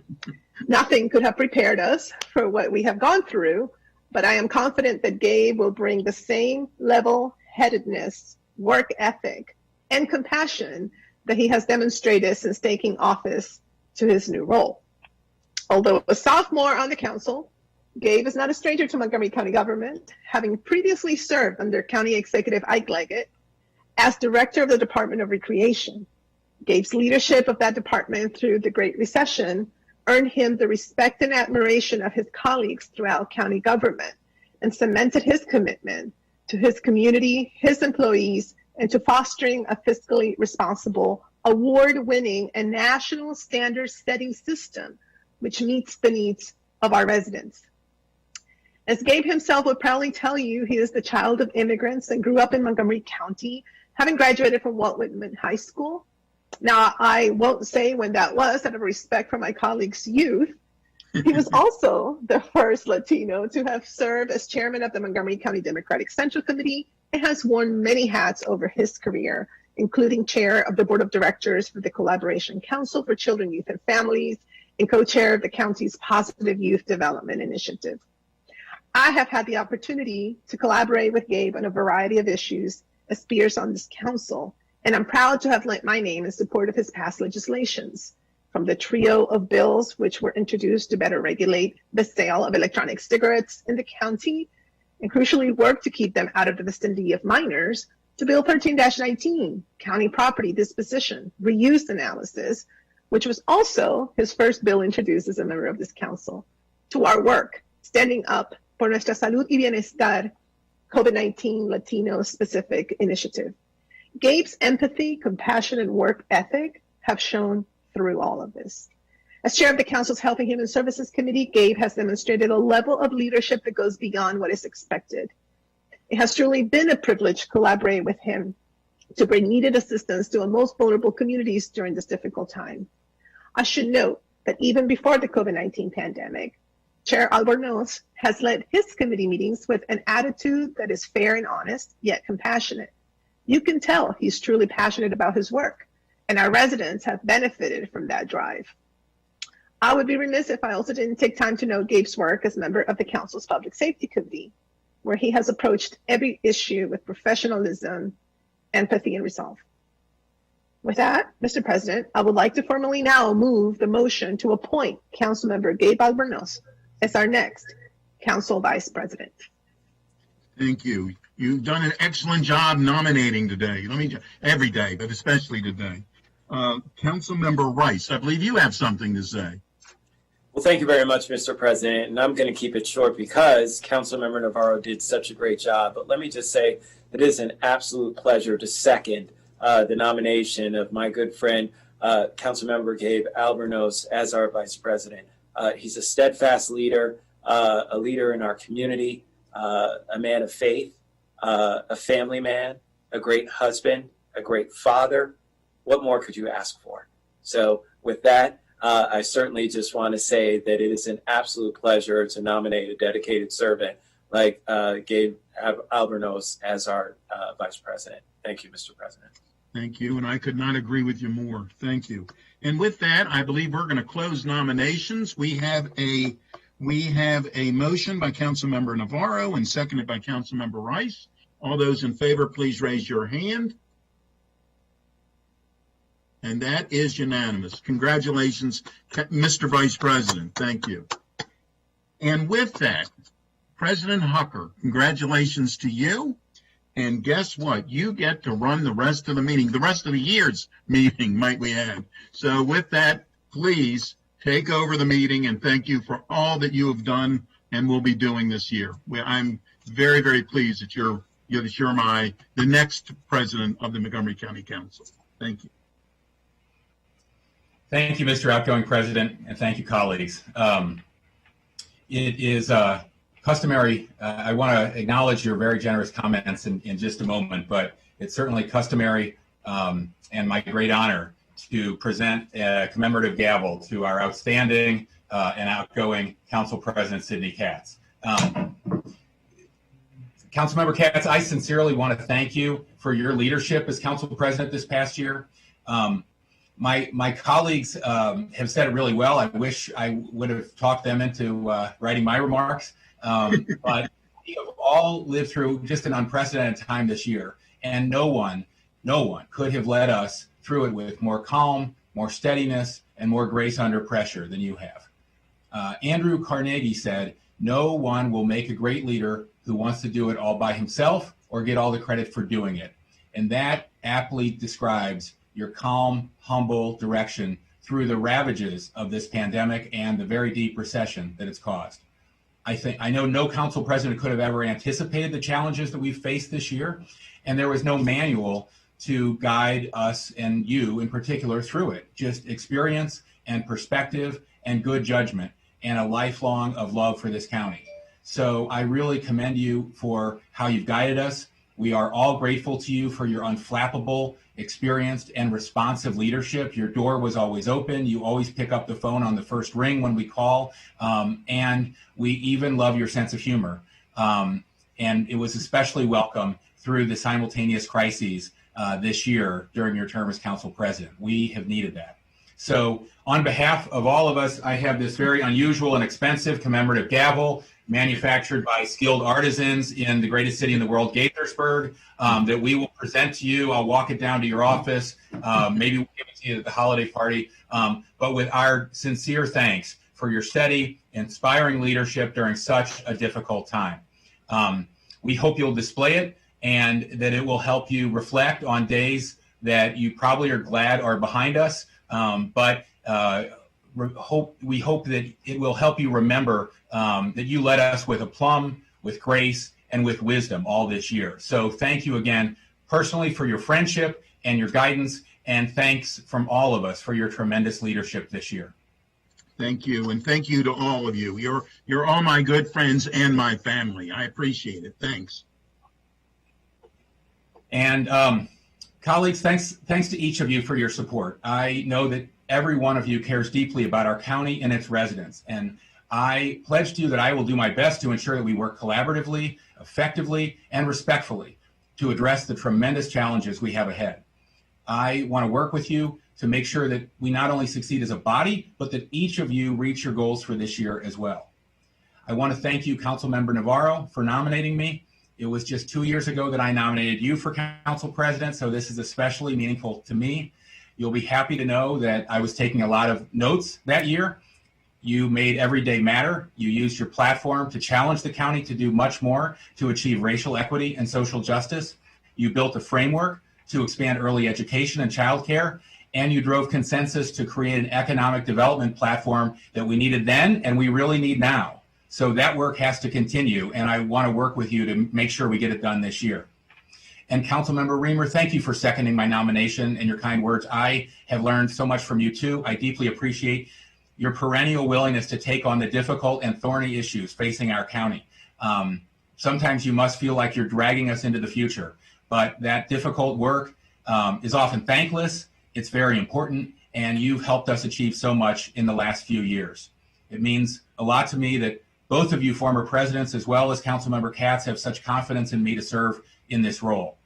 And congratulations to my friend Vice President Albornoz. Got to get used to saying that now. Gabe, I really appreciate your calmness, your good judgment, your passion for all the best outcomes for all the residents of our county, particularly so many who are easily left behind and count on government the most. Your experience in the legislative and the executive branch has been tremendously important during the state of emergency, and there's no one here who could chair the HHS committee more ably than you can and have right now. So I am really looking forward to working closely with you this year.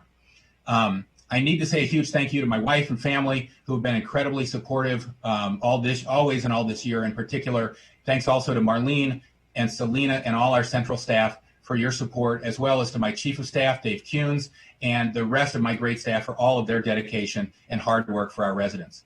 I want to thank our essential workers, both in the county government and the private sector, who put themselves at risk every single day on the front lines to keep our society running through this pandemic. And I want to thank Montgomery County's residents for giving me the privilege of continuing to serve this amazing county. You know, we live in a place that's known across the U.S. as an innovator and a thought leader in so many areas. And so many of the brightest leaders in our federal government and our state government have chosen to make Montgomery County their home. After all, our county's where Chief Justice John Roberts reports for jury duty, and where Dr. Anthony Fauci lives and sometimes works from home as he leads the nation's response to the pandemic. And many leaders of the Biden administration call Montgomery County home too. And that's for a reason. We contribute so much to the government, the economy, and to science. Over 18 federal agencies and our life science companies like Novavax and United Therapeutics have never been more important. So when Montgomery County residents put our heads together to address challenges, we know we can do amazing things. That's what gives me hope as we continue to tackle these two simultaneous crises, a public health crisis and an economic one. But I got to tell all of you, I am so proud of how this council has stepped up to face both of those crises this year. My colleagues have been working night and day to respond to the needs of our residents. We've worked closely with the county executive and his team. We've stood up new programs. We've insisted on fiscal accountability, and we've been engaging with our constituents nonstop. And the actions we've taken, especially the unpopular ones, have really saved lives and mitigated the worst impacts of this virus. And this council has made sure that our programs, whether it's the small business and nonprofit grants, the emergency food assistance, the rental relief, the child care, they all have included a focus on addressing inequities and reaching our most vulnerable. We've been able to do all this together this year, I think, because this council believes in a shared ideal. We may not call it the same thing, but I call it the Montgomery County Promise. It's a promise to our residents that no matter where you come from, we're glad you're here, that your children can access strong schools where they will be challenged to achieve their full potential, that our young adults can consistently find gainful employment and affordable childcare, where they can pay for their higher education and still save enough to buy a home, start a family, and put away money for retirement, where all of our residents can access dental and health care regardless of their income or their zip code, where our seniors can age in place without being forced to move away, and in recent years, where we make our policies with an eye toward achieving equity and addressing systemic racism, and where we push the envelope to address the existential threat of climate change. To me, that's the Montgomery County Promise. For generations, that has made Montgomery County more than a place. It's made us a symbol of economic opportunity, of excellence, and of a welcoming and diverse and just community. That promise is why for generations, hundreds of thousands of people have chosen to move here and created 4 of the top 10 most diverse places in the nation. Whether our neighbors are refugees in my neighborhood who fled violence overseas, to find safe haven here, or workers who came here for reliable jobs, or young families who chose to move here for our outstanding schools and parks and libraries, it's the Montgomery County Promise that draws people here from 170 nations and all 50 states. And this council has been united this year to protect that promise. Our residents have stepped up as well. They're wearing masks, they're volunteering their time, they're donating to food relief drives, and they're supporting our local small businesses. And that's why Montgomery County's overall response this year makes me optimistic about the future. There is no question that COVID-19 has had a devastating impact on our residents and our economy, but it's also lit a fire under us to solve problems in new ways. Since March, we've seen the county government address problems that residents had asked it to address for years. We've transitioned thousands of county workers to teleworking, saving millions of dollars in energy costs and removing cars from our roads and tons of carbon from our atmosphere. We've engineered shared streets so neighbors can walk safely around their neighborhoods with their kids. What a concept. And open parkways where they can hike and bike safely. And we put a real spotlight on our persistent health disparities, and we've stood up new programs to address them. We've changed more in 1 year than we would have ever thought possible last December.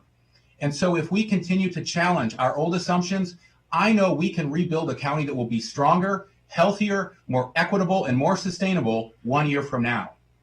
Imagine, once a vaccine is widely available, just 1 year from now, we can have a business community that has passed this year's stress test and is using upgraded internet to access markets and suppliers and partners beyond our borders. We can have a workforce using new hardware and software to upgrade their skills and to access more potential employers, and one that takes advantage of telework to spend less time in traffic and more time with their families. We can have a transportation system that benefits from reduced congestion and planned improvements like the state's first bus rapid transit line and the Purple Line construction that's now back on track. We already have building owners and construction companies taking advantage of low interest rates to build the housing we need and to retrofit our aging buildings to save on utility costs and to meet our climate goals. And we can have healthier communities too by addressing longstanding health disparities with a stronger and more culturally competent nonprofit healthcare delivery system. All of that can be a reality, colleagues, if we keep our focus until a vaccine is widely available. We don't have to get there alone. We have great state and federal lawmakers. We need to work closely with them to make sure Annapolis and Washington meet their responsibilities to provide the bridge funding and the long overdue that our county needs. That means we need President-elect Biden to keep his promise of significant aid to local governments and a long overdue infrastructure investment. And it means the governor needs to really prioritize Montgomery County. We generate 25% of Maryland's GDP. So we need Governor Hogan to work with us collaboratively and respectfully to maximize our role as the state's economic engine. And finally, it'll take a commitment of new resources from us as well, county resources, for rental assistance, for emergency food relief and more, to get us to a safer and more prosperous future. We cannot let our families go hungry. We cannot let our tenants and homeowners lose their homes. We cannot let more small businesses go under, and we need to help our residents get back to work. We have come too far. We've endured so much, and we may be only months away from real relief. We can't let our guard down now. I've learned running marathons teaches you a lot about discipline. And I feel like collectively we're nearing what runners tend to call the wall. That's where after 18 or 20 miles into a marathon, your glycogen's depleted, your legs don't want to move, you doubt yourself, and you just want to quit. And honestly, you know it will get harder before it gets easier. But you can't quit. You have to push through the temporary pain to achieve the lasting satisfaction and success that comes at the finish line. And that's where we are today. We have to get through this winter to enjoy a spring and a summer and a future where we'll have our schools open, our small businesses open again, and more of our residents alive and healthy. This crisis has been devastating, there's no question, but it's also shown us the progress we can make as a government when the government feels more urgency and partners with our dedicated employees and our residents who are working overtime to improve our community. So colleagues, let's let this be the year of recovery. Over the year ahead, we have a tremendous opportunity to recover and to rebuild a Montgomery County that is stronger, healthier, more prosperous, more equitable, and more sustainable than the one we have today. I look forward to working with all of you to get there. Thank you. And now, next is general business. Madam Clerk, do we have any announcements, agenda changes, or petitions? Good morning, President Hooker. We Thank do you. have Morning. Good morning. We do have an addendum number 2. Under presentations at 9:30, there is a correction.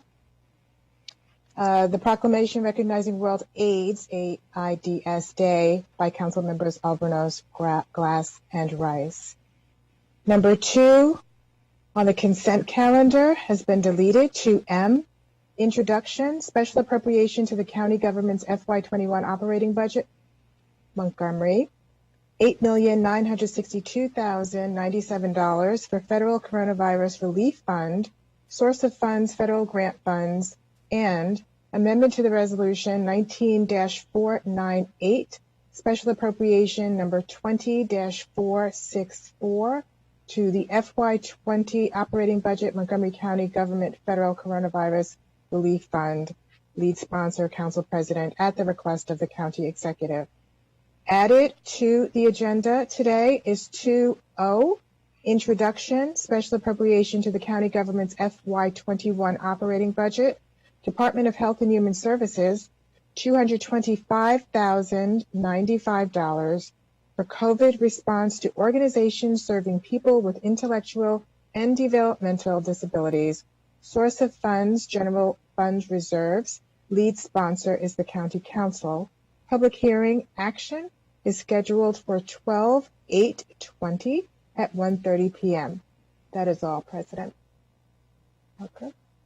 Thank you, Madam Clerk. Now we will move to the consent calendar. I need a motion to approve the consent calendar. Let's approve the consent calendar.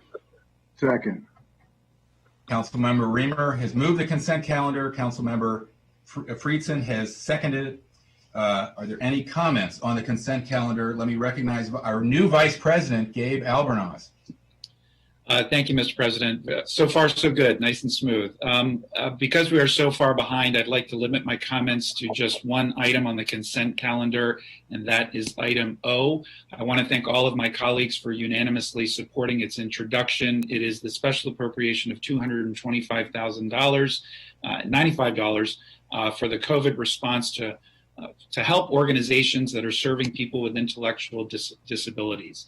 As we all know, all too well, the spread of COVID-19 has really disproportionately impacted organizations that serve residents in congregate settings. For providers of group homes for the county residents with intellectual and developmental disabilities, this is a critical concern. There has unfortunately been very limited guidance provided by our partners at the state level. And so at the local level, I'm proud that our Department of Health and Human Services has worked collaboratively with the Primary Care Coalition to stand up a unique and important effort to support the needs of these congregate living organizations. And I especially want to thank Dr. Michael Greenberg for volunteering his time through so many hours as a physician and a parent and an advocate for the developmental disability community and a trusted friend to that community. He has been doing incredible work. And so these funds will help continue that work and provide the critical support that our developmental disability community needs to get through these extraordinarily difficult times. So we will have more information about this later, but I wanted to take this opportunity to acknowledge this introduction and appreciate again all of my colleagues' support.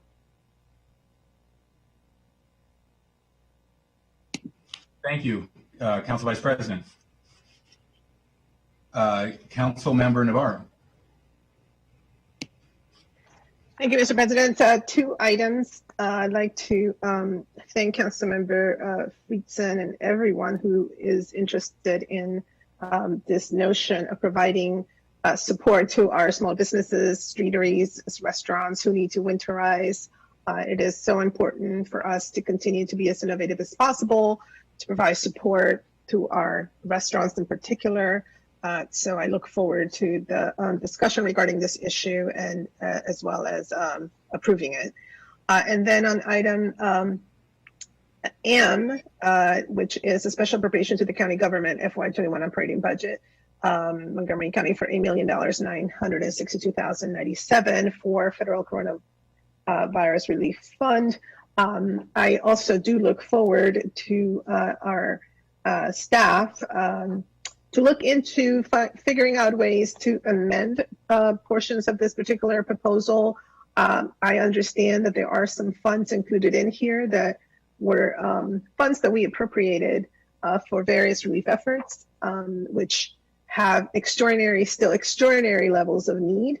And I think it would be important for us to make sure that these efforts and those organizations actually have every kind of support necessary for them to be able to spend these funds before December 31st. I'll just give you one example for the Por Nuestra Salud y Bienestar initiative, which is our Latino COVID-19 initiative. There is a particular partner that has had difficulties manning the phone lines that folks are asked to call to check on results. And it's because they haven't had the appropriate level of resources, yet they are identified as one of those efforts where there is money that is being claimed cannot be spent.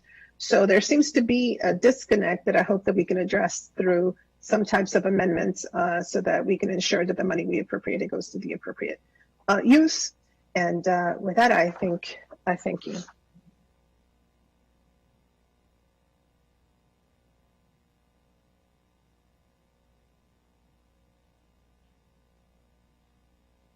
Thank you. Sorry, Councilmember Rice.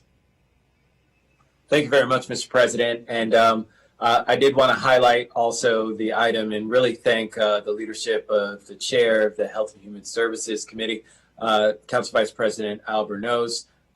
We know that our folks in the community who are challenged with either intellectual or developmental disabilities, it's making them very, very it's been a very difficult road for them when it comes to having success. And so in navigating these incredibly challenging times. And so from that perspective, I just really want to thank him for his leadership in highlighting this.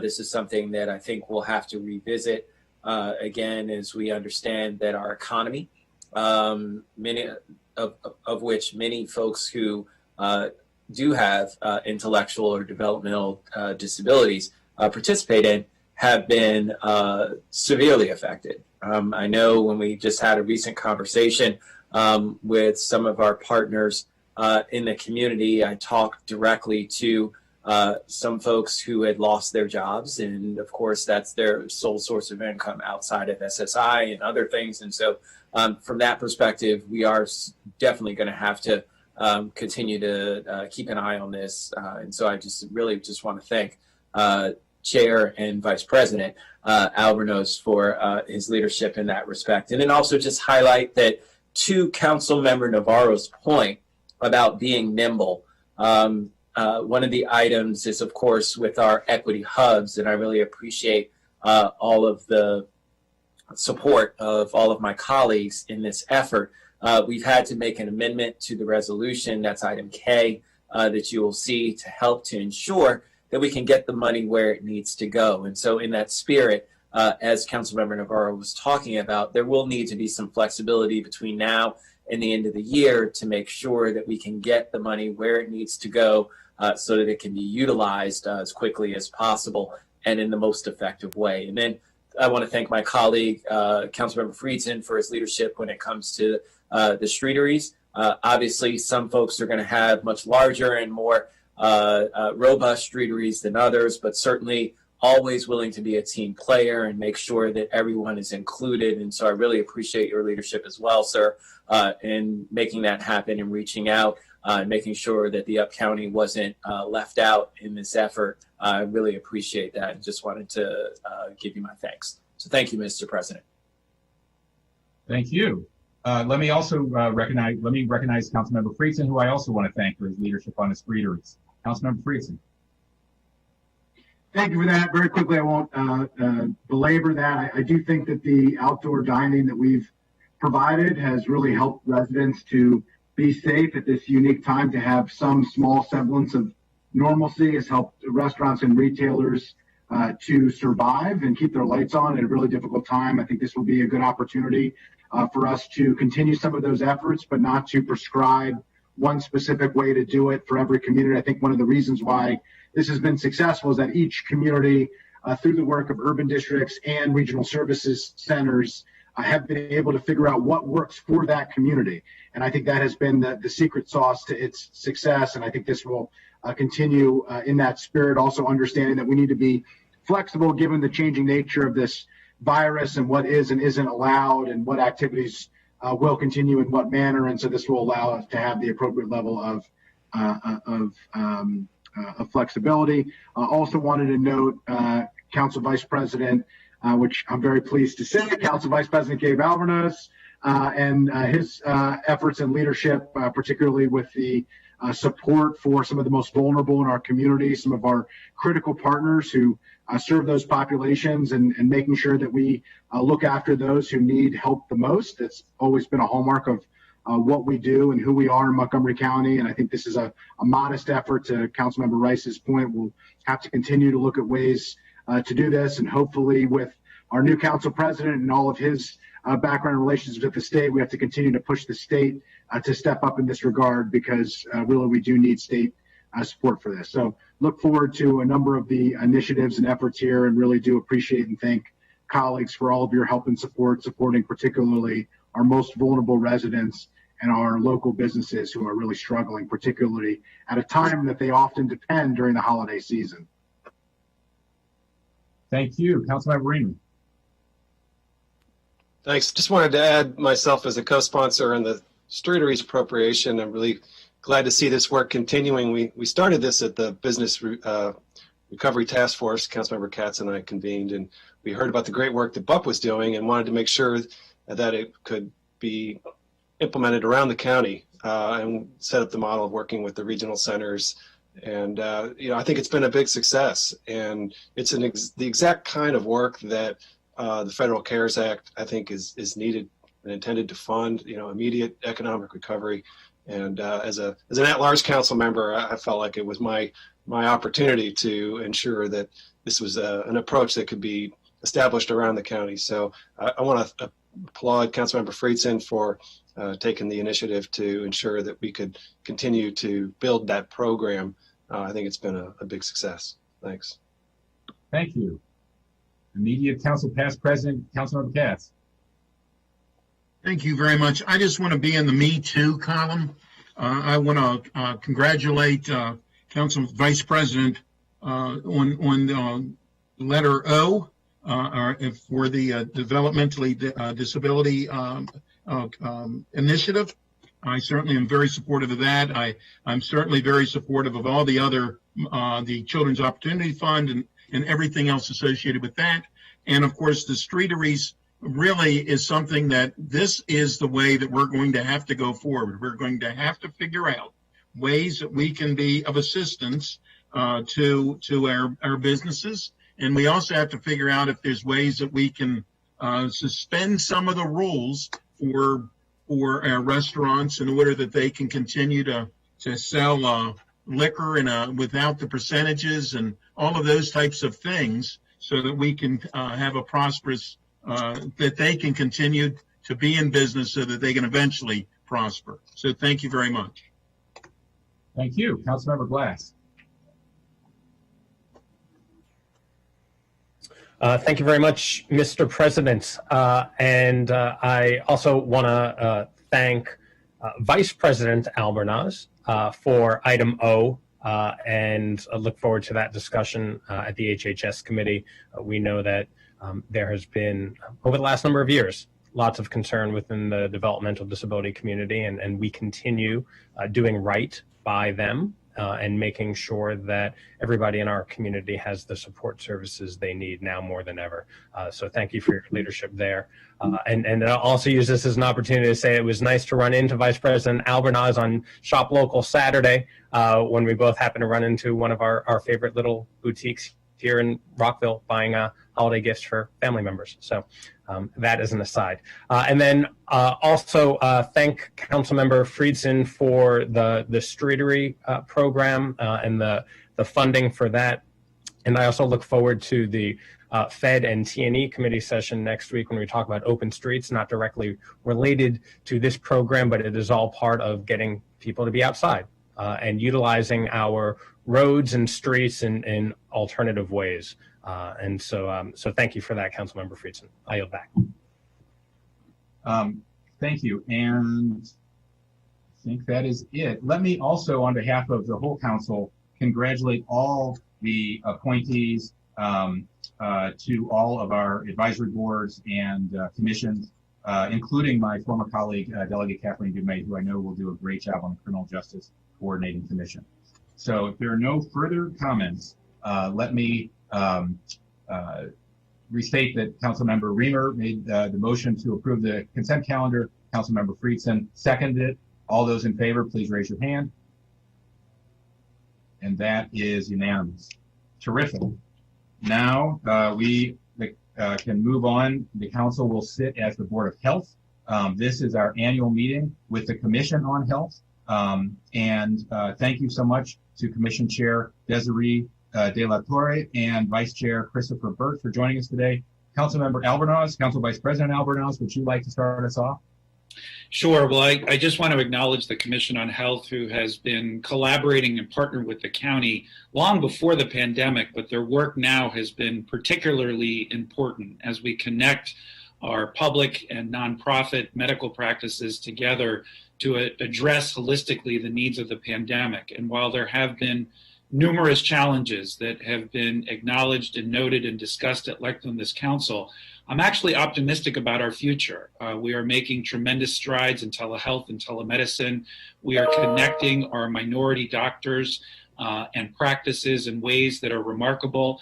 And the Por Nuestra Salud y Bienestar and the initiative to support our African American community are groundbreaking work that is laying an infrastructure that I think will actually give us a fighting chance to address the underlying medical and disparities and public health disparities that existed prior to the pandemic. So, Ms. De La Torre, I want to thank you and your colleagues on the Commission. You and I go back, and I especially want to acknowledge your work at Children's Hospital and your leadership, both privately and civically, and thank all the members of the Commission. And so with that, Mr. President, I yield back to you and look forward to the presentation and the discussion this morning. Thank you. Ms. McMillan, do you have anything to add, or should we go to Ms. De La Torre?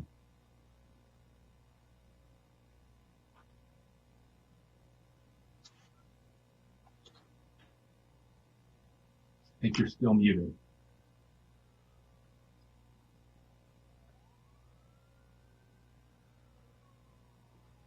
I didn't have anything to add other than to say that the HHS committee did have a meeting with all the boards, committees, and commissions within the Department of Health and Human Services, and I know Mr. Burt was a participant in those sessions, and there was discussion about support for the stress that providers are feeling. And so I don't know if Ms. De La Torre is actually addressing that in her comments, but I did just want to highlight that because I know Council Vice President Albornoz has mentioned that in some other meetings since that HHS discussion. And with that, I would just turn it back to Ms. De La Torre to give the presentation. Okay, Madam Chair, the floor is yours. Thank you. Thank you so much. Thank you, County Council, for the opportunity to share our current fiscal year priorities for the Commission on Health. My name is Desiree De La Torre, a resident of Montgomery County and Chevy Chase, and serving my second term as the chair of the Commission on Health. But first, after participating in this morning's presentation with the declaration and proclamation for the Rosa Parks Day, I want to thank you all for what you have done over the last several months. The world is a much different place than it was a year ago when I presented our priorities then. And as a community, we've grappled with a pandemic, an economic crisis, and a long overdue reckoning with racism. And your service, I just want to say on the behalf of myself and my family, is very much appreciated. And congratulations to the Council President Tom Hucker and Council Vice President Gabriel Albornoz. It's great to see you as leaders moving forward. And thank you to former President Sidney Katz for your dedication, especially now through all of that we've been through. I just want to say thank you for all that you're doing. It's not an easy time to be serving your community, but you're all doing such a great job. And as you know, the Commission on Health was established over 22 years ago, and it's comprised of 19 voting members that represent consumers and providers of health services in Montgomery County. And we're dedicated to improving the health and well-being of our Montgomery residents. And so this year, the Commission has focused on 4 priorities. That includes school health, public health data and modernization, communicable diseases, and unique this year, but you all have heard it all throughout this presentation today, on racial equity.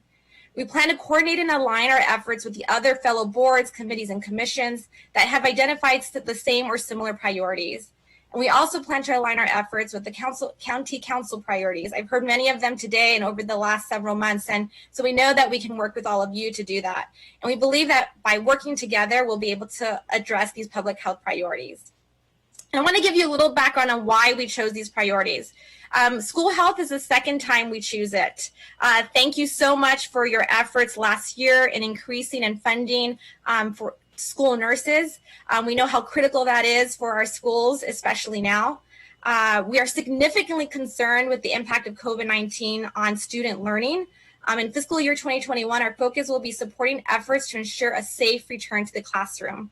This will include identifying ways to ensure all school-age children are current on their vaccinations and providing recommendations on vaccine distributions. Also, I want to thank Council Member Jill Jawando, who worked with us on focusing on the mental health needs of students. Ms. McMillan did mention the focus on the work of our providers around health too. In addition to our healthcare providers, we know it's important to focus on our school educators. I think there's an opportunity for us as the Commission to focus on some specific learning opportunities, mental health and wellness opportunities for our educators and our health providers who are all struggling through some of this currently. The other priority that we're focusing on, and it's very important, is the modernization of our public health data. We know that newer technology to improve the processes and the county's ability to respond to public health efforts is critical to addressing health equity. And the COVID-19 pandemic has highlighted that. And has reinforced the need to be continually focused on updating our systems to improve health outcomes. And so in fiscal year 2021, the Commission will advocate for the county to invest in building its epidemiological capacity. So the ability for us to focus on the epidemiology efforts. And is integral to support the health needs of our county residents. Also related to COVID-19 is our communicable diseases. The COVID-19 pandemic has brought the burden of the disease to the forefront. While all benefit from routine immunizations and reducing cultural language and other barriers to recommend vaccinations is an essential to promote health equity. the county also continues to bear a burden of other infectious diseases. And so we don't want to lose sight of sexually transmitted infections and tuberculosis. So a closer examination of these data show a number of conditions with increasing trends and demonstrated disparities by race, ethnicity, age, sex, and geographic area, especially if our kids in schools are not accessing some of the school-based health centers as they were regularly doing. And so in fiscal year 2021, we plan to review this data and advise public health planning to better target efforts and resources to meet these evolving needs of a changing population in our county. And we hope to encourage a focus on science-based approaches to prevent communicable diseases, with special attention on routine flu vaccinations for everyone over 6 months of age. And we also plan to work to help counter misinformation that could reduce the willingness of county residents to receive the COVID-19 vaccination. So those two things play together. We want to make sure we address those issues. And then finally, the focus on racial equity. You all have identified racism as a public health issue. And so the Commission on Health is dedicated to identifying, addressing, and correcting racial disparities in Montgomery County. We stand beside every Montgomery County resident, employee, and visitors in the quest to make Montgomery County a safe and supportive environment, regardless of race and ethnicity. Residents of color, regardless of income, lag in access to healthcare and high-quality education. And I don't have to share this with you because you all know it. So this year, the Commission plans to ensure that racial disparities are addressed in all of our priorities and that we've identified. And we are committed to advising the county executive and this county council on the racial equity, social justice, and inclusion throughout the county's public health issues.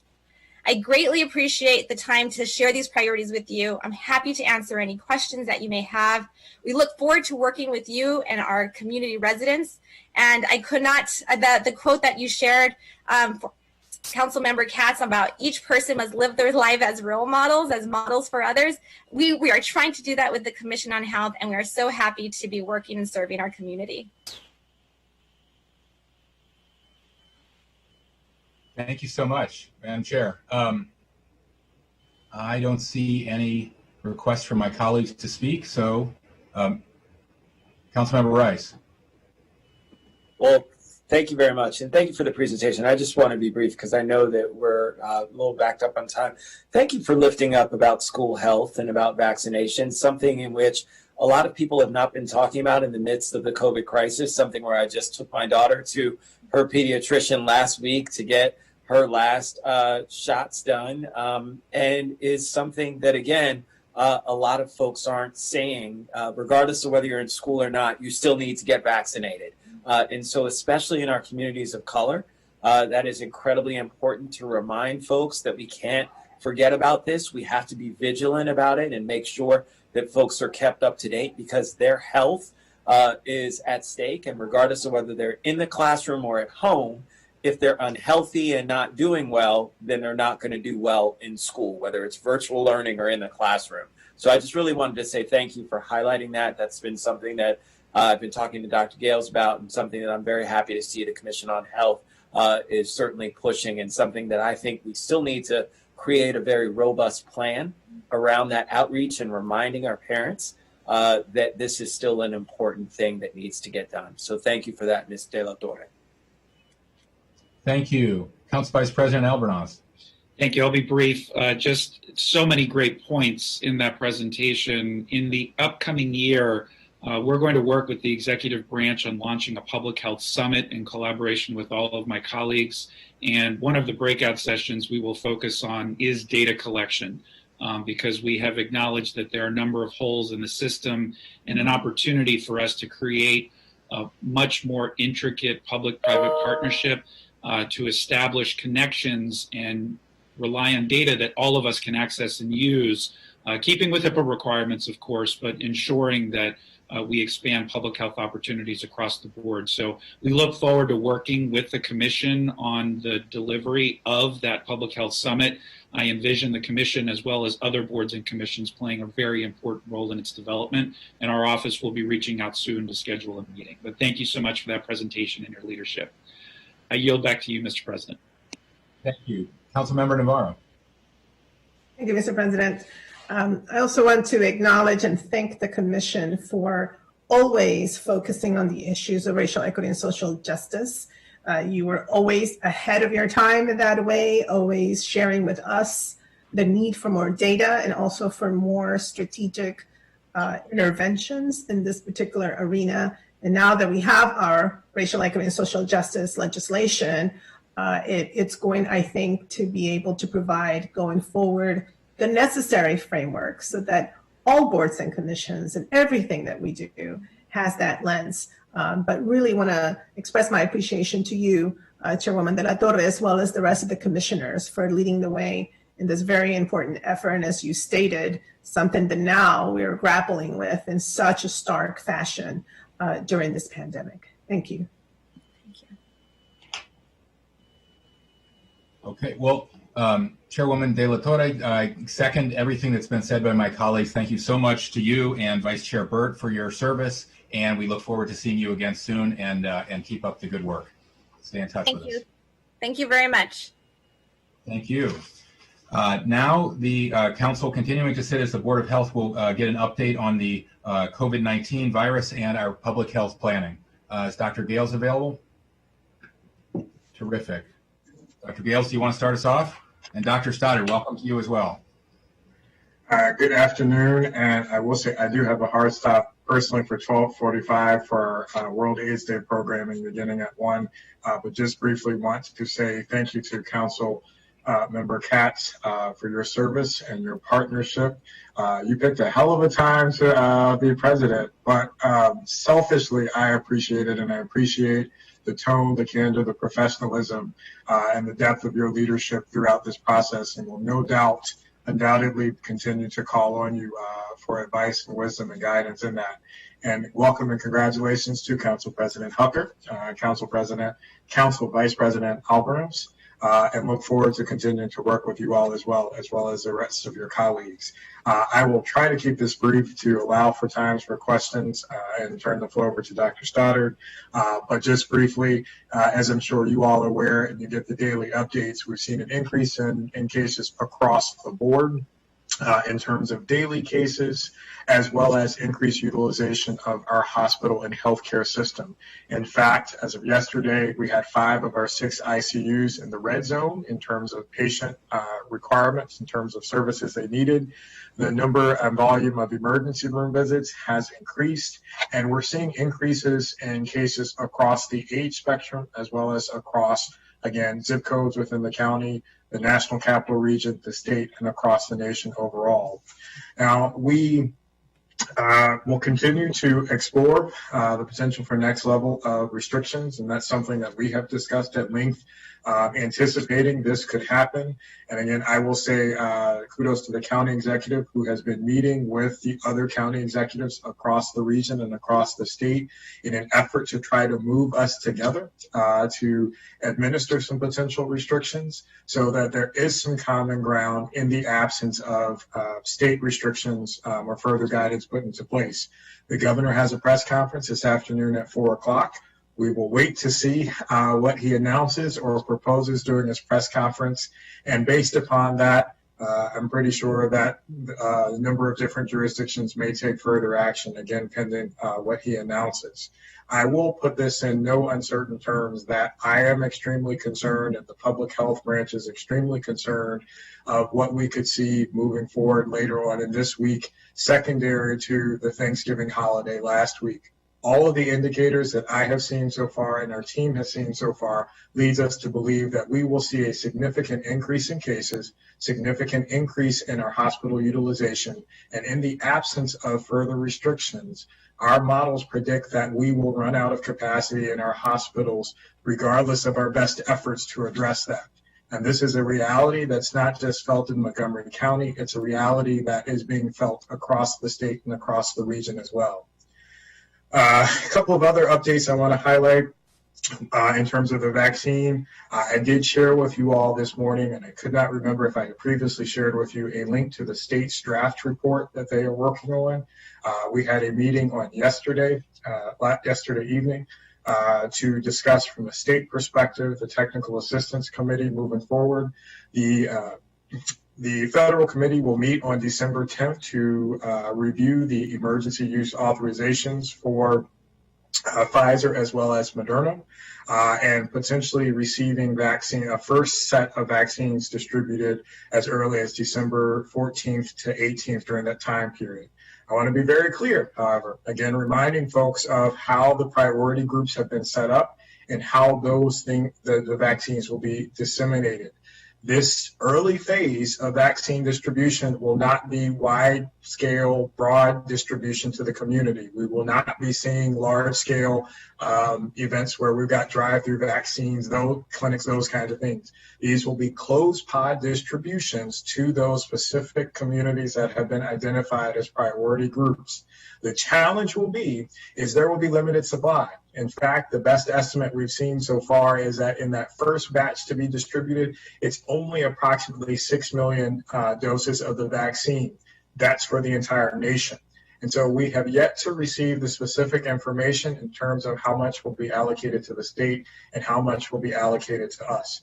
But regardless of that, our team locally, regionally, as well as working with the state, has been building the infrastructure to be able to ramp up those different components of distribution as we move forward. One example of that is our nursing homes have partnered with pharmacies and signed up. There's a program that you are able to read about in that link to the state plan, where pharmacies will be able to distribute the vaccines directly to those facilities and administer. We have all of our nursing homes within the county signed up successfully into that program, so that once more vaccines become available, they will be able to get it quickly and be disseminated and dispatched very quickly. The last thing I want to bring up is, on a brighter note, we received grant funding. If you recall, it's been months ago, from the State Department of Health through the Office of Minority Health to purchase emergency kits, supply kits that are similar to many that you have seen already, including an infrared thermometer, hand sanitizer, gloves, masks, and soap, to be distributed into our highest volume zip codes, particularly 20902, 20904, and 20906, as well as a significant supply to be supplied to the hubs located throughout the county and shared with a number of community partners to be able to distribute to families who need them the most. I will stop there, but happy to answer any questions you all may have. Thank you. Thank you. Dr. Stoddard? Thank you. I want to echo the words of Dr. Gales and thank past President, Council President Katz for all of his support over the last year. Look forward to working with you. In addition, I'd like to congratulate Council President Hucker and Council Vice President Albornoz for their nominations and approvals. So look forward to working with all of you continuing through this year. Talk a little bit about enforcement, because this has been something that the governor has talked a lot about. We have expanded our enforcement efforts in Montgomery County.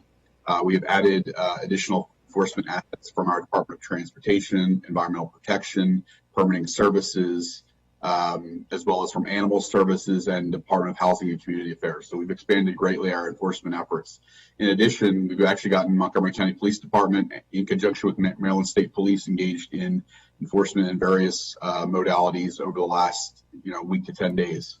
What we saw is over the last 5 days, and this really began with a big push the day before Thanksgiving, proceeded into the weekend after Thanksgiving. We visited more than 100 locations, businesses, individual residences, as well as retailers and restaurants over the course of several days. We did not issue a citation. I think what that bears out is that our education efforts to get people aware of what their requirements are have been very successful. It does, however, suggest that we are not going to be able to cite our way out of this particular surge in cases. We will continue those enforcement efforts. We will continue to expand those enforcement efforts, but I do not believe that enforcement will be sufficient to address the surge in cases that we have seen over the last couple of weeks, and what we are likely to see coming again towards the end of this week as we see what happens after the holidays. And for those of you who doubt that we will see an increase after the holidays, I think it bears in mind to understand, and Dr. Bierks from the current federal coronavirus task force referenced this over the weekend. What we saw with Memorial Day was we were at a relatively low level of cases. The Memorial Day weekend happened. We saw a pretty significant spike. We were starting this holiday with a significantly higher level of disease before it. And obviously Thanksgiving is not, I mean, Thanksgiving is a more substantial family gathering oriented event relative even than Memorial Day is. And so obviously that's a huge concern for us. The other thing I want to touch on, and as it relates to the conversation that Dr. Gale's already talked about with the vaccine, we're beginning to have substantial conversations about how we can do programming to encourage vaccination. And things like how do we create incentive programs? I know at the federal level, I know it's been proposed by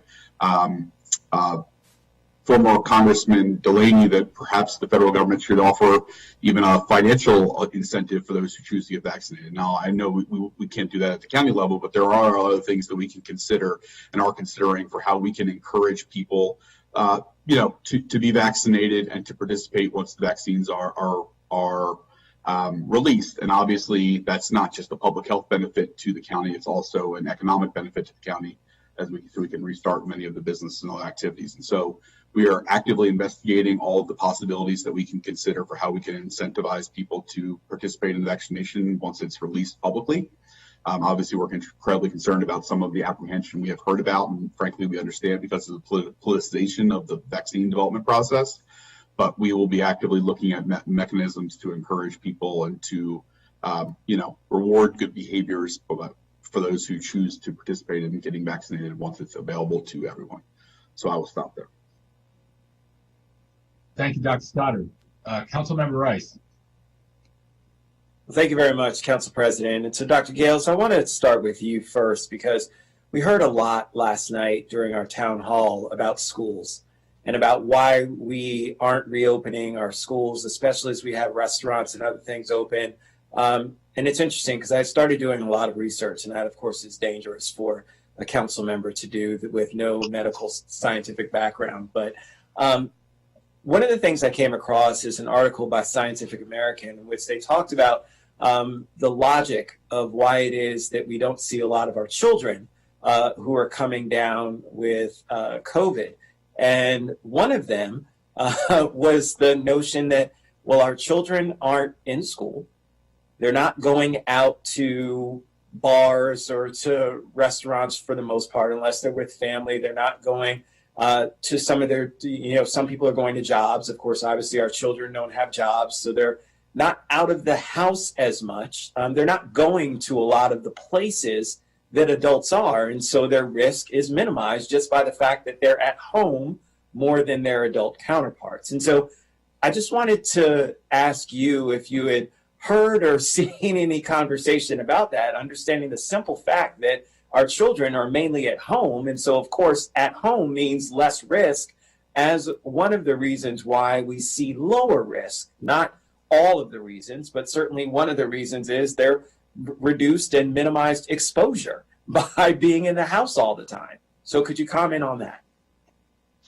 Well, I think it's a multifactorial set of influences. Certainly, you're right. The risk profile for children in terms of their range and level of activity is significantly different from adults. We have seen evidence, though, in situations where children have been in congregate situations or they've been engaging in pediatric and adolescent activities that encourage interaction, such as youth sports. We have seen cases spread that way, where they have been exposed. And so that could be one explanation of it. A second explanation, some of the literature has suggested, is that our understanding of how children transmit in the school setting is limited by the fact that most of the research around school cases has been in the setting where there's been much lower demonstrated community transmission. And so when, for example, when we were at a comparable level of where we stand right now for community transmission, previously we had schools closed. And so the information, a lot of the studies, the information that were gathered, and not to discredit it in any way, shape, or form, but a lot of those studies that, people reference from, the University of Pennsylvania or Yale, or that they'll rattle off, were done during times where community levels of transmission were significantly lower. And in terms of trying to compare that now to a setting where we have significantly higher community transmission, which not only influences the children coming in the door, it also influences our teachers and staff coming in the doors as well. And even if children, another component, again, you could keep going down the list of different things, but another thing to think about is the fact that children are more frequently asymptomatic compared to adults, which leads to they are also less likely to be tested. And so in the absence of universal testing, we don't have a full, accurate depiction to say the true incidence of COVID-19 in this population is X. We speculate based upon the fact that, again, that children are often asymptomatic, and unless they are part of some type of universal testing apparatus or have been identified as a contact to a known positive case, they aren't necessarily getting tested as frequently as adults are to get a full, accurate depiction of the impact of the virus in that particular age group. If I may add to that. Oh, please, Dr. Stoddard. Because I spent a lot of time thinking about this, and obviously paid a lot of attention on the Sunday morning shows where Dr. Fauci talked about schools opening and the news out of New York City. And, you know, obviously I'm a parent of an elementary and a middle schooler as well. So obviously just think for my role with the county, thinking about this a lot. There's a couple things I think that are worth pointing out.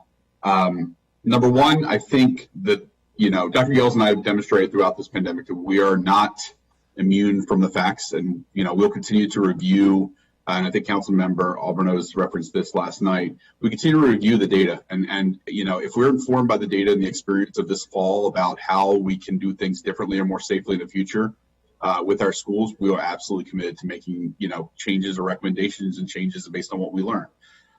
We've just been less willing to experiment with children and what putting them in a setting in schools might mean, and how that can be, you know, seen.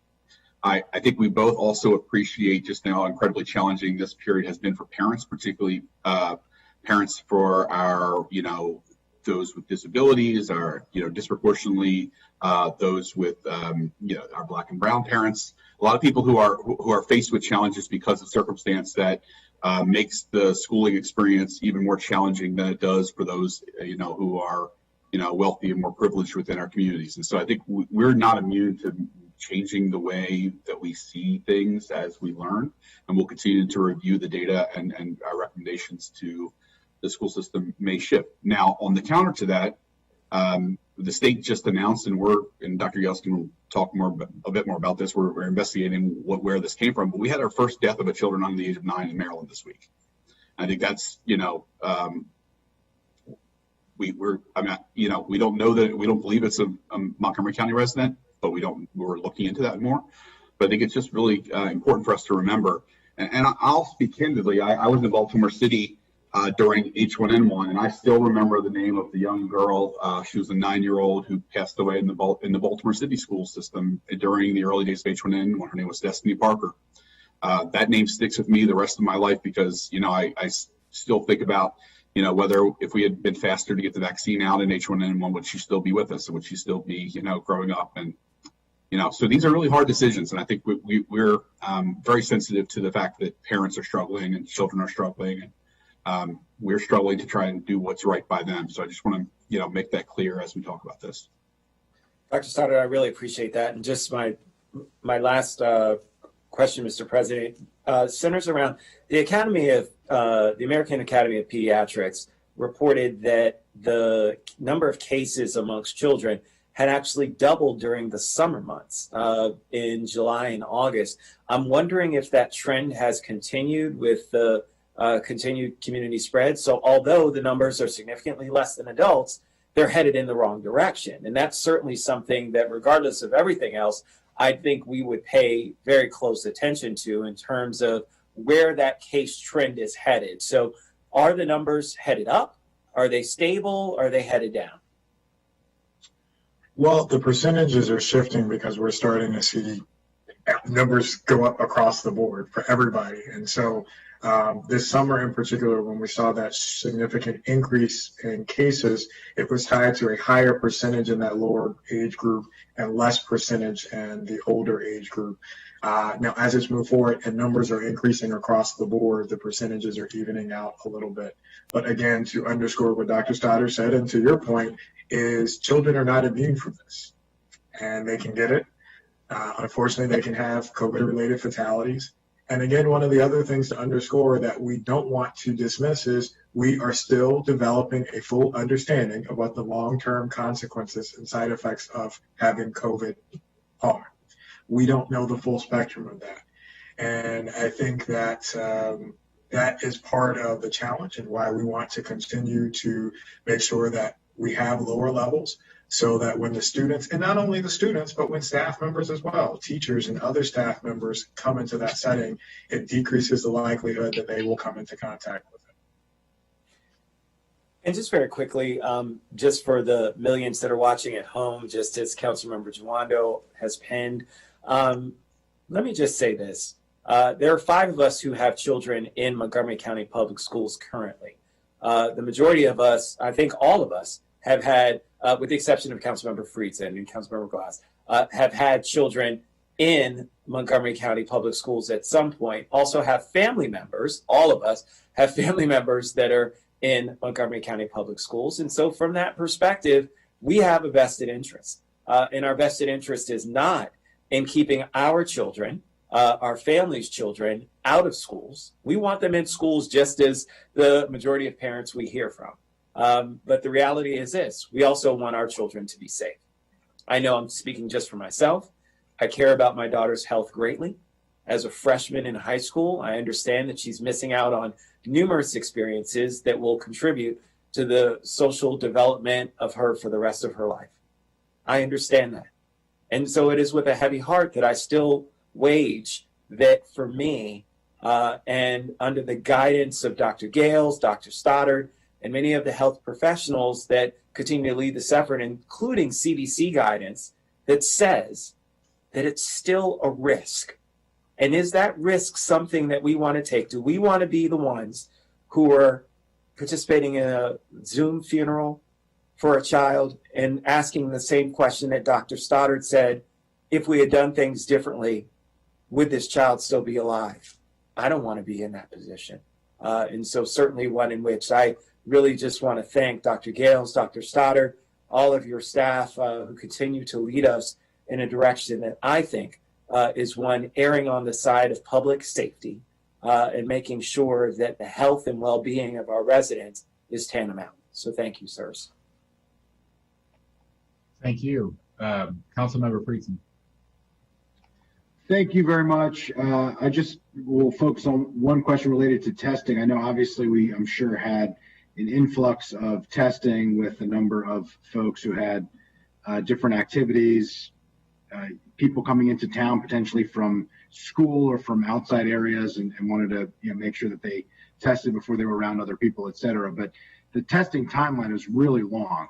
I myself got tested. It took a week from Friday to Friday. I will say that I went to the Rockville site through the a partnership with the Caseman Clinic. The staff was terrific. The process was excellent, but the timeline to hear back was really long. I mean, it was a full week. We've gotten a number of residents, including members of my own staff, who have taken longer than a week, 9 days or longer, and some have yet to hear back, got tested before Thanksgiving and have not yet heard back. Obviously, testing that takes 7 to 10 days is really worthless, in terms of being able to control the spread, particularly when we've been really pushing people, who are asymptomatic, who may have come into contact, and then it's really challenging because if those are asymptomatic, it's even harder to get them to isolate and to quarantine if there are no symptoms at all. And so I'm really concerned about that. Could you update us on where things are with the timeline for the testing, what we expect moving forward, if there's any opportunities for us through additional resources, through additional strategies to bring down that timeline? Because I don't see how we address any of the other issues that we're talking about unless we can bring down that timeline closer to where it was at one point, which was in the 2 to 3 day range or shorter. Yes. So I'd be happy to address that. And let me also be very clear, what we're experiencing here is not unique to Montgomery County. It's an issue being experienced across the state and across the nation. If you think back to earlier in the pandemic, there were issues with increased wait times as labs had capacity issues. At that time, we had a less volume of people testing, but there was smaller capacity within the labs at that point. Now, we have scaled up capacity, but at this time, we're seeing record levels of cases in numerous jurisdictions, as well as the labs hitting capacity. So the delays that are being experienced at the lab processing stage. So again, this is not something that is unique to us. And let me be clear for the folks at home watching, this is something that a lot of jurisdictions are experiencing. Now, there are, in order to address that, we have met over the last week to talk about strategies to help try to move that along, including increasing the number of labs that we're utilizing for the county testing apparatus to be able to spread out some of the caseload. One of the labs that we primarily use is heavily used by a number of jurisdictions across the state of Maryland. They have experienced probably longer wait times in comparison to others. Representatives from the State Department of Health were meeting with that particular lab earlier this week, yesterday, in fact, to talk through and address some of those strategies. I do know that that particular lab also brought on additional staff to be able to absorb the increase in demand and the increase in expectations. We've also leveraged increasing staffing to support the call center to be able to return calls to residents when they're calling in for those results, so that recognizing that if there are any, not if, but to address any of the issues on our side that may contribute to the delay, we're increasing the capacity and changing the technology related to the call center. When you call in, we've added, or in the process of adding, an additional prompt that will take people directly to a line that is dedicated to just getting results, passing results to folks, so they don't have to wait in the queue of other questions that people may have. So those are a number of the steps that are being addressed to deal with that capacity. But at the end of the day, I want folks at home to understand that, unfortunately, this is an issue of increased testing demand, secondary to increased transmission, increased number of cases. And unfortunately, it speaks to to borrow a line from Councilmember Albornoz from last night's town hall, this is an issue that is a continued side effect of a lack of a national infrastructure around, additional testing support. So the hope is that with those strategies at a local level as well as at a state level, that will help alleviate that time frame, because you're accurate. A test is ineffective or loses its ability to be effective if you've got significant wait times and people aren't able to quarantine during that time period. I appreciate that. I mean, obviously, I know you're doing everything that you can and working as hard as you can. It's just challenging for us as a county to be telling people to get tested, and then they hear from other people that the testing results don't come back for 7 to 10 days. It depresses the number, and so I think it has ripple effects, just like everything else in public health, to so many different things. So it's obviously a real challenge. How easy is it for us to have a real-time understanding of what those wait times are? I mean, obviously it's reactive, right? The wait times get longer. A week before Thanksgiving or 2 weeks before Thanksgiving, we didn't have quite the rush of Thanksgiving, and so obviously, it changes. But how easy is that to understand that timeline, and is that shareable with the public? So we actually do get the timelines are tracked for all of the labs that report to the state, from the time that the specimen is collected to when the state receives the result. And each individual county does get a breakdown based upon the different labs that it uses. So we get a weekly report. I believe that weekly report is on Wednesdays. I'll have to go back and take a look. But we do get a weekly report of that information, so that we do have. Is it possible, would it be appropriate for us to publish publicly when it's provided to us on Wednesdays on the COVID portal, the timeline for each of the labs? I think that might we're just one little client of theirs in the scheme of statewide, regional, and national testing. But I think if more folks started, publishing how long it's taking individual labs to process, it may put a little bit of added public pressure and will be more transparent to our residents. So if you could pursue and look into the opportunity to do that, I think it would be helpful. Thank you. Good idea. Councilmember Reamer. Thank you so much. Quick follow-up on the testing. Is the delay the same for those who test positive, or is there a distinction? Dr. Gales, you had said that the delay was at the lab processing level, which would lead us to believe that there is a multi-day delay now in getting any result versus just the follow-up issue.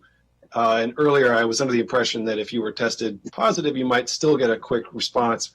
If you tested negative, it might take longer. Is there not really a distinction? Well, I think they're two separate tracks. So I think there is, so yes, anyone getting a test with a result, unfortunately, there is a little bit of, there is an increase in the time within that specimen is collected, and it has resulted in the system. Separate from that is the notification once a local jurisdiction gets that result in terms of the person getting that follow-up call to receive that information. So the delay in terms of a person testing positive is not on that second issue. It's just that there may, whereas in it may get the previous specimen may have been collected and run within 24 hours. It may be a little bit longer based upon the capacity. Because ultimately you don't know if it's positive until the sample and specimen is run. Now, the time window within which the state is notified and the person is called, that part has not changed. And so certainly people who are testing positive are prioritized in terms of getting a follow-up call with their results. Okay. On the really challenging issue about schools, first of all, the virus right now is at a very high level. I mean, we're hitting a surge of a surge, and it may yet, the Thanksgiving, we'll see how the community did on Thanksgiving. Unfortunately, it seems likely that we're going to see another rise of cases. So I do want to separate my thoughts about the general issue from the moment that we're in, because I don't think anyone's contemplating a change in this peak that we're in. Although I will say there are communities that are experiencing similar surges of contagiousness and are yet sending children back to school now. So there are other communities that are doing it differently. And I think our residents are aware of that, and there's different feelings about that. But I'm reading about emerging evidence around the youngest children under age 10. And, again, a lot of this is still varied based on what the level of transmission is. But to read a quote from the New York Times, I think maybe today, or it was yesterday, the data is becoming more compelling that there is very limited transmission in daycare and grade schools, said Michael Osterholm, director of the Center for Infectious Disease Research and Policy at the University of Minnesota. So it is an environment where data is changing all the time. And we are learning more and more as we go, as we all know.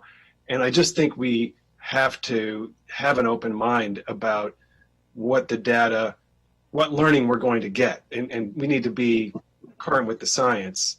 And what I thought might have been appropriate a month ago, I might not. I feel differently about in 6 or 8 weeks from now if we can get this a little bit more under control. Right now it's heading on a straight upward path, I acknowledge that. But if we are going towards additional restrictions, if we're able to put a cap on this, I really do think we need to take a pause and think more about the school's issue, especially those youngest children. I mean, everything I see says that high school students are not, that they transmit, like that is a driving force of community spread, but that the youngest are not a force of community spread or themselves, at different risk than or they're at less risk than the general population. So anyway, I welcome any comments you might have on that. Well, to that end, the notion of younger children being less of a cause of spread was actually a factor that went into the guidance that we provided to MCPS. If you'll recall, the algorithm that they put out in the matrix that they put out did put preference on bringing those younger kids back first. And that's the plan that they're still anticipating and moving forward doing, recognizing just what you said. One, balancing the developmental impact and benefit from having them in person, as well as, the emerging data that suggests that there might be lower risk of transmission with that population. So that framework has already been, thought through, ruminated, and put forward to support that type of policy and platform, particularly bringing kids back in phased approaches. And I think, we will continue to get more data in terms of the ability to do that, best practices. I think one of the things that I would say is that it does, looking at other jurisdictions, part of the challenge is, again, this is the absence of a uniform, standardized approach, is that when we look at, for example, folks will say, well, other countries have kids going back to school even with elevated surges of cases. In those other countries that people most often reference, France and England, for example, they had everything else locked down. Everything else was closed down, which is very different from where we are right now. And we have talked about the challenges of being able to do that as a jurisdiction, as a region versus, as a state. So I think consistent with what we discussed last night and consistent with your comment in terms of evolving with the data, I think we do have to have some significant conversations, particularly right now, given the high level of cases, and prioritize getting kids. We know that getting kids back to school will require getting community transmission levels to much lower levels. What are the things that we need to do to be committed to potentially have to sacrifice in order to drive that number down? And I think we are at that point. I mean, we've been there for a while, but we're at that point to begin to talk about if we do need to implement further restrictions. One, we're doing it to keep people safe, but in order to be able to do things like reopen schools and reopen workplaces and have people go back to, we've got to drive that number down. And here's the types of strategies that we would have to put into place to effectively do it. Thank you. I'll wrap up, but I think that I do strongly agree with your comment there. We need to give the community a sense of a goal, and that but it has to be an achievable goal as well. Mm-hmm. And the virus has never been below 50 cases a day in the county since the beginning of the contagion. I think we have. Okay, well, very, very infrequently. That it's the sub 150s, my understanding, that is sort of more the attainable level that is yet there. The science does not seem to show that it is a concern for the youngest children, and they're spreading. So I just think we need to look more into that level of community spread, because right now I think a lot of people feel like our community spread markers we won't hit throughout this entire school year. And that is a concern. So, okay, thank you. Thank you, Councilmember Glass. Thank you, Mr. President. Dr. Gales, I know you have to go for a timely and important event, so I'll be brief. I'm looking at the dashboard right now, and the 7-day average for new confirmed cases is the highest it has ever been here in Montgomery County since the beginning of this pandemic. And as people are returning to either work or returning from Thanksgiving travels, which we discouraged as best we could, more and more people are getting testing. And I just wanted to follow up on the questions I think that Council Members Friedson and Dreamer were hitting on. But as more testing is demanded, right? And you were talking about just the supply and demand of that, and that not being a unique situation to Montgomery County, whereby there are greater lag times. One of the questions that I continue to receive, and it's becoming exacerbated now because of those market dynamics, of the a few dozen different providers that we have, or locations that are offering these services. Not all of them are county operated, right? And so can you help me and help those who are following this conversation understand the differences in the different types of facilities where they're going and getting tested, and what those different expectations might be? I'll try, and redirect me if I seem to not be answering it the way that you need. Well, we put out a list of all the different sites on I think it gets updated daily, of all the different places you can get tested in the county, inclusive of those that are operated by the county apparatus, as well as through other avenues of the healthcare enterprise, whether it's through primary care centers or urgent care type facilities. And that information is available to folks online. And when we talk about, to Councilmember Friedson's questions related to the wait times, the data we get isn't specific for, did you go to something that the county did versus somewhere else? It's, if this particular lab was used, here's the wait time for that period.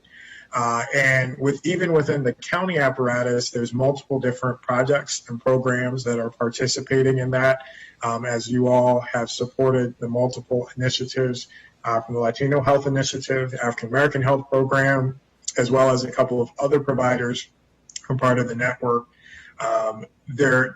They use the same labs, but in terms, for example, the notification system of results, it is a little bit different.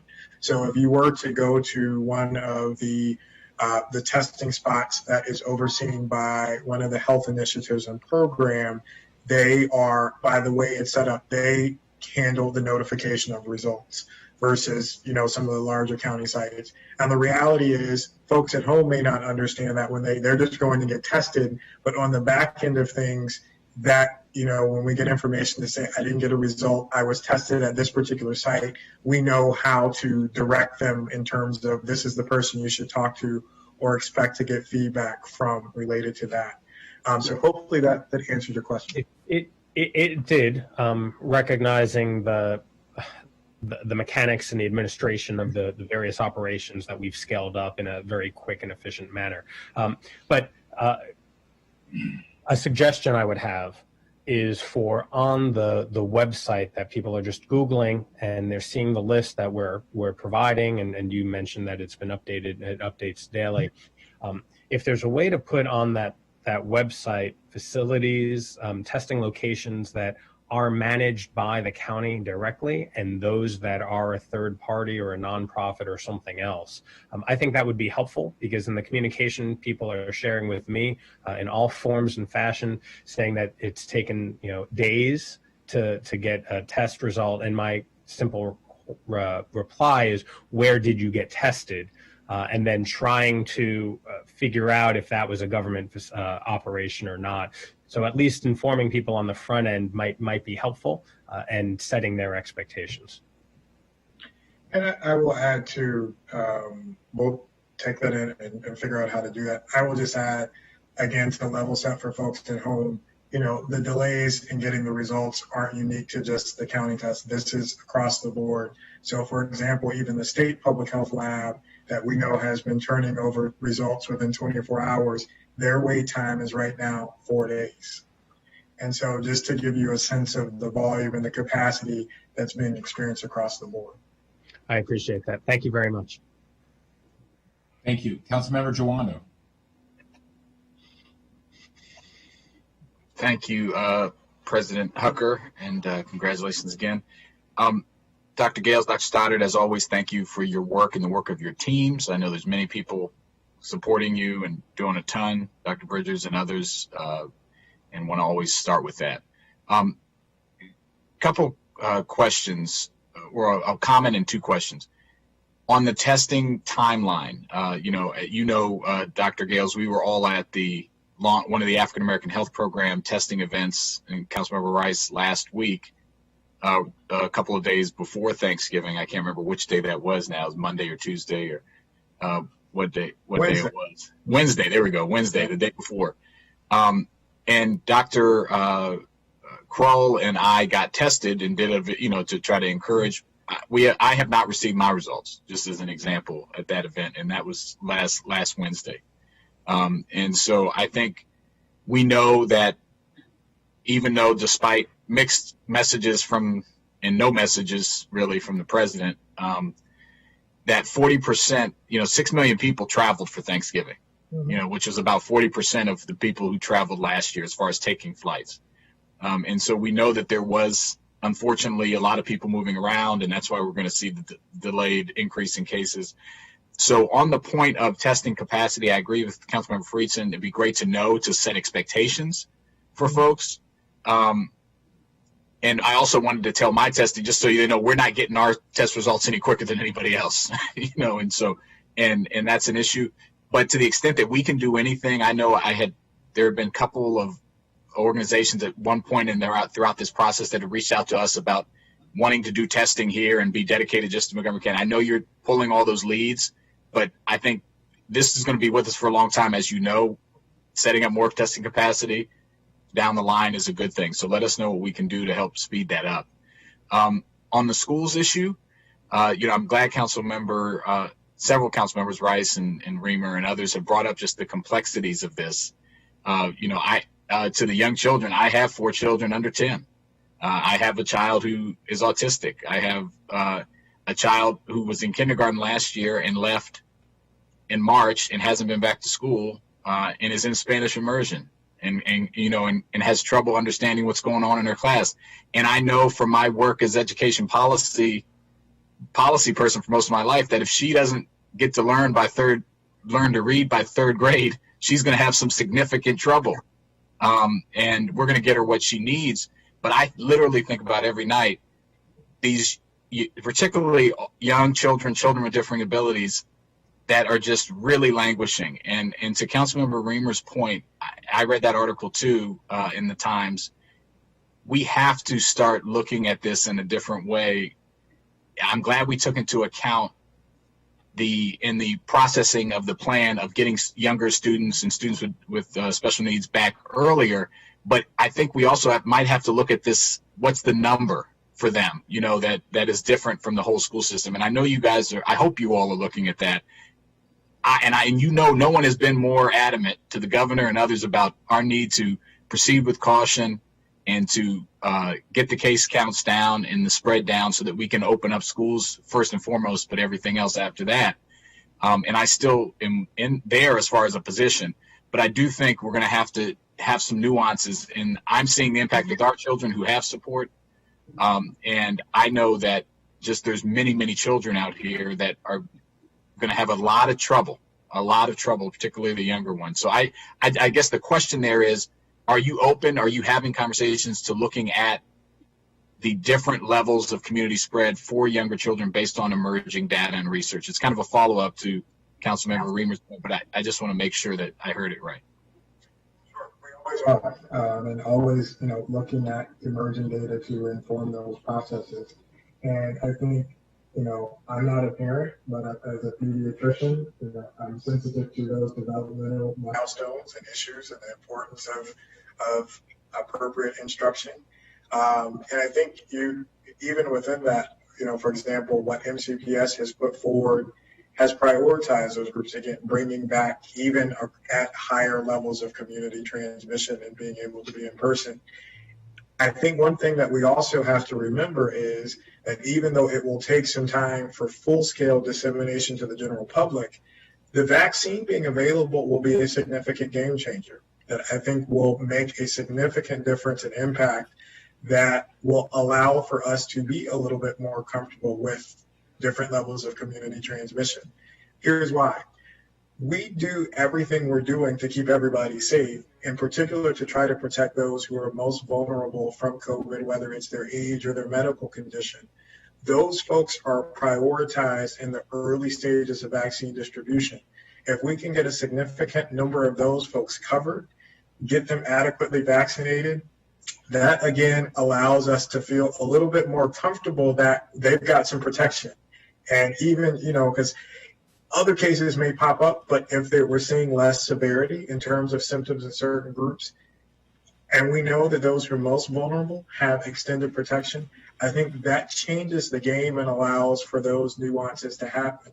I know one of the people on the call last night said, well, you're never going to allow, kids are never going to come back to school in 2021. That's absolutely just not true. And the reason why it's not true is because we will have these game changers that will shift the environment, that will make for allowances for greater protection for folks. I think we will weather the storm. It's going to be rough to get through, and we will start to drive case numbers down, because I think, unfortunately, cases worsening will be what drives us to put in some of those restrictions to drive things down to get us back to those numbers. So I'm actually optimistic that kids will be going back to school in potentially mid to late winter, and having higher levels, maybe not 100% back there, but higher levels of in-person schooling, based upon the metrics where they stand. But certainly if more information comes out, you won't see a bigger person, a bigger cheerleader, or a happier person saying, kids being able to get back in school and have some sense of normalcy. Well, I take issue. I will be happier than you, I think, but no, I appreciate that. And you answered it the way I thought you would. We all want this to happen. We know it's a sacrifice. There is something on the horizon. Let's do what we need to do now. And I reiterate to the governor, I hope he will take action, because we need regional and statewide coordination to do what we need to do now. Like I said, 6 million people were traveling. That's all, and we got to put stuff in place before it gets too bad. So thank you for what you're doing, and I appreciate it. Thank you, Mr. President. If I may just add quick, Dr. Gales and I have been stubborn where the data supports us being stubborn, but the data shifts. There's no pride in being stubborn just for the sake of being stubborn. If the data tells us that we can have kids be in school at a different level of community transmission than our current recommendations for MCPS lead us to be, will change. The recommendations will change. It's just we've just been unwilling to move absent there being a little bit more stringency of data, and I think that is developing. I do believe that we're seeing the data changing, and I think Councilmember Reamer referred to this. We're constantly looking at that. We don't, as we talked about with face coverings and other things, we're not moved by one study in isolation or one circumstance in isolation that isn't 100% comparable to our situation. But if a body of evidence begins to develop over the course of this fall about what early childhood education what is achievable in that space, I think we've shown that we're willing to modify our recommendations based on that experience, for sure. Thank you. That's a helpful clarification. Council Vice President Albornoz. Thank you. And I know, Dr. Gales, you have to jump off. So if you have to jump off, I won't be offended at all. I know you're going to an important place. I want to follow up very quickly on this, because this is such an important conversation, and make a suggestion to the team. The decisions that Dr. Gales and Dr. Stoddard made, as we all know, are not done in a vacuum. They're done with a group of medical professionals that are advising Dr. Gales, that have been appointed by the county executive. They're done in collaboration with health officials at the state level, with our regional partners in Northern Virginia and the District of Columbia. There is growing frustration among families, among business leaders, because of what's going on, which is understandable. It has been so beautifully articulated by my colleagues. I'm not going to repeat it.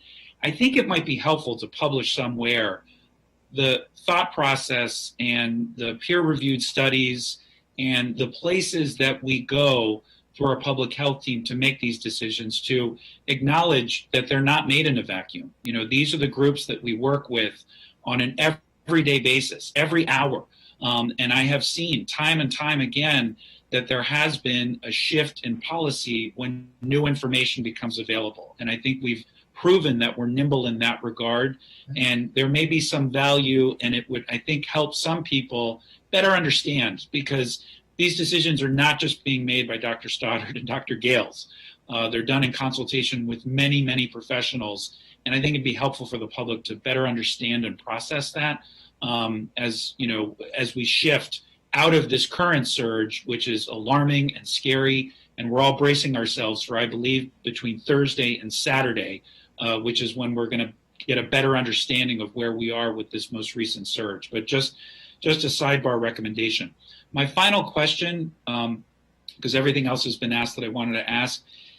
I saw a study recently nationally, and this is probably true locally as well, that vaccinations generally are at record lows among children across the board because so many students aren't going to school and therefore not securing their vaccinations coming in. I just want to make sure that we reinforce, and I know we are doing this through a variety of means to parents and families in a number of different ways, but if you could just take this last minute, Dr. Gales, and reinforce the importance to parents about accessing the other traditional vaccinations that have been proven, that are so critical, and to remind everyone we still desperately need, because if, as we remain optimistic, schools reopen, students will still need those vaccinations in order to be able to report back to school. So if you could just spend your last minute before you have to jump off talking a little bit about that, I'd appreciate it. Sure. You're right. Get your kids vaccinated. You should be doing that anyway, keeping them up to schedule. And even if they aren't in school, as you pointed out, in order for them to go back, they're going to have those vaccines up to date. And I would pivot just as another reminder is for folks in general, get your vaccines up to date. If you are having health issues, do not wait to go seek medical and get medical attention. Go to the hospital, go to the emergency room if needed. See your primary care provider if you're having issues, because what we don't want to have happen is people staying at home and letting conditions that could be easily or more readily treated fester into something more significant and severe and cause complications. Thank you. I yield back to you, Mr. President. Terrific. Okay, I think that is it. Thank you. But well, one follow-up I had for you, Dr. Stoddard. You mentioned you had 100 inspectors out this past weekend, no citations. To clarify, that doesn't mean you were letting violations go. That means you've been focusing on education. You've been seeing heightened compliance. Is that accurate? Correct. And so the only places we saw were, we have maybe one person not wearing a face covering, for example. And that would not be something we normally issue a citation for, unless it were like really egregious. And we didn't see any violations that rose to the level of anything more than just education. Meaning, places where they're making the best effort to follow the rules. Maybe something was 5.5 feet instead of 6 feet, and you said, hey, this really needs to be 6 feet, and that was it. And so, yeah, I think that even I'd be happy to share the summaries of the visits, but they were largely like, even the inspectors who do not do the education complimenting the people who were doing the education because people were generally following the rules. I think that's just important. Right. I imagine we might get some viewer mail on that, so that's a helpful clarification. That's great. And there's also I know we've issued 30. I think we've issued 37 citations since the beginning of the pandemic. We've not been reticent to issue citations, and right. There are other circumstances where we certainly have and will issue citations. It's just we did not find violations that were even remotely close to that level of. That's good news. And finally, we're receiving some additional support, I believe, from the Maryland State Police. How's that going? How widespread has it been? Will it continue? It will continue. It is. They are basically made themselves available to us in an additional resource. We will be collaborating with them and Montgomery County Police Department. I had a good conversation with Chief Jones. For very reasonable reasons, the police department has been mostly. They've been more involved on the back end where we need to close the facility, for example. But my conversations with the chief have revealed, he agrees with the fact that they need to be more involved. Same with the state police. We are absolutely doing a surge in enforcement, and I don't want to dispel the fact that the enforcement is important. It's just that it's not going to yield the results that I think the governor seems to be indicating that we will see if we just do this ramp up of enforcement. We can make spaces as safe as they possibly can be, but that doesn't necessarily mean they're safe. There are just some situations where you have too many people, and the reality is that we cannot put an inspector inside every business in Montgomery County 24, whatever their hours of operations are. We still are going to miss things no matter how much enforcement we do. And so that collaboration is going to bear fruit. We've got a team that meets every Tuesday morning. that talks about enforcement specifically, and education. I want to make sure that we pair those all the time. We have educators out constantly, and they have a liaison. Assistant Chief Patil is actually our liaison with the police department. He'll work directly with MSP as well, and so we'll be able to make sure that we're well integrated with the enforcement side, both from the law enforcement side, but also the other agencies. Typically, and I just want to describe this really quickly, where we involve police and will involve police more is on private residences where we find violations. We have had at least one instance where we had what can only be described as a informal festival being held on a larger property, where we've had to intervene and had police intervene on that behalf, and then they collected evidence that would allow for citations to be issued by public health thereafter. And so that's a general example of how this collaboration will work. I heard about that one. Okay. Well, thank you, you and Dr. Gales, if he's still around or listening, for this great presentation. And I guess we'll see you probably on Friday. Colleagues, if it's fine with you, I've received a couple suggestions. We might want to push Mr. Manalino's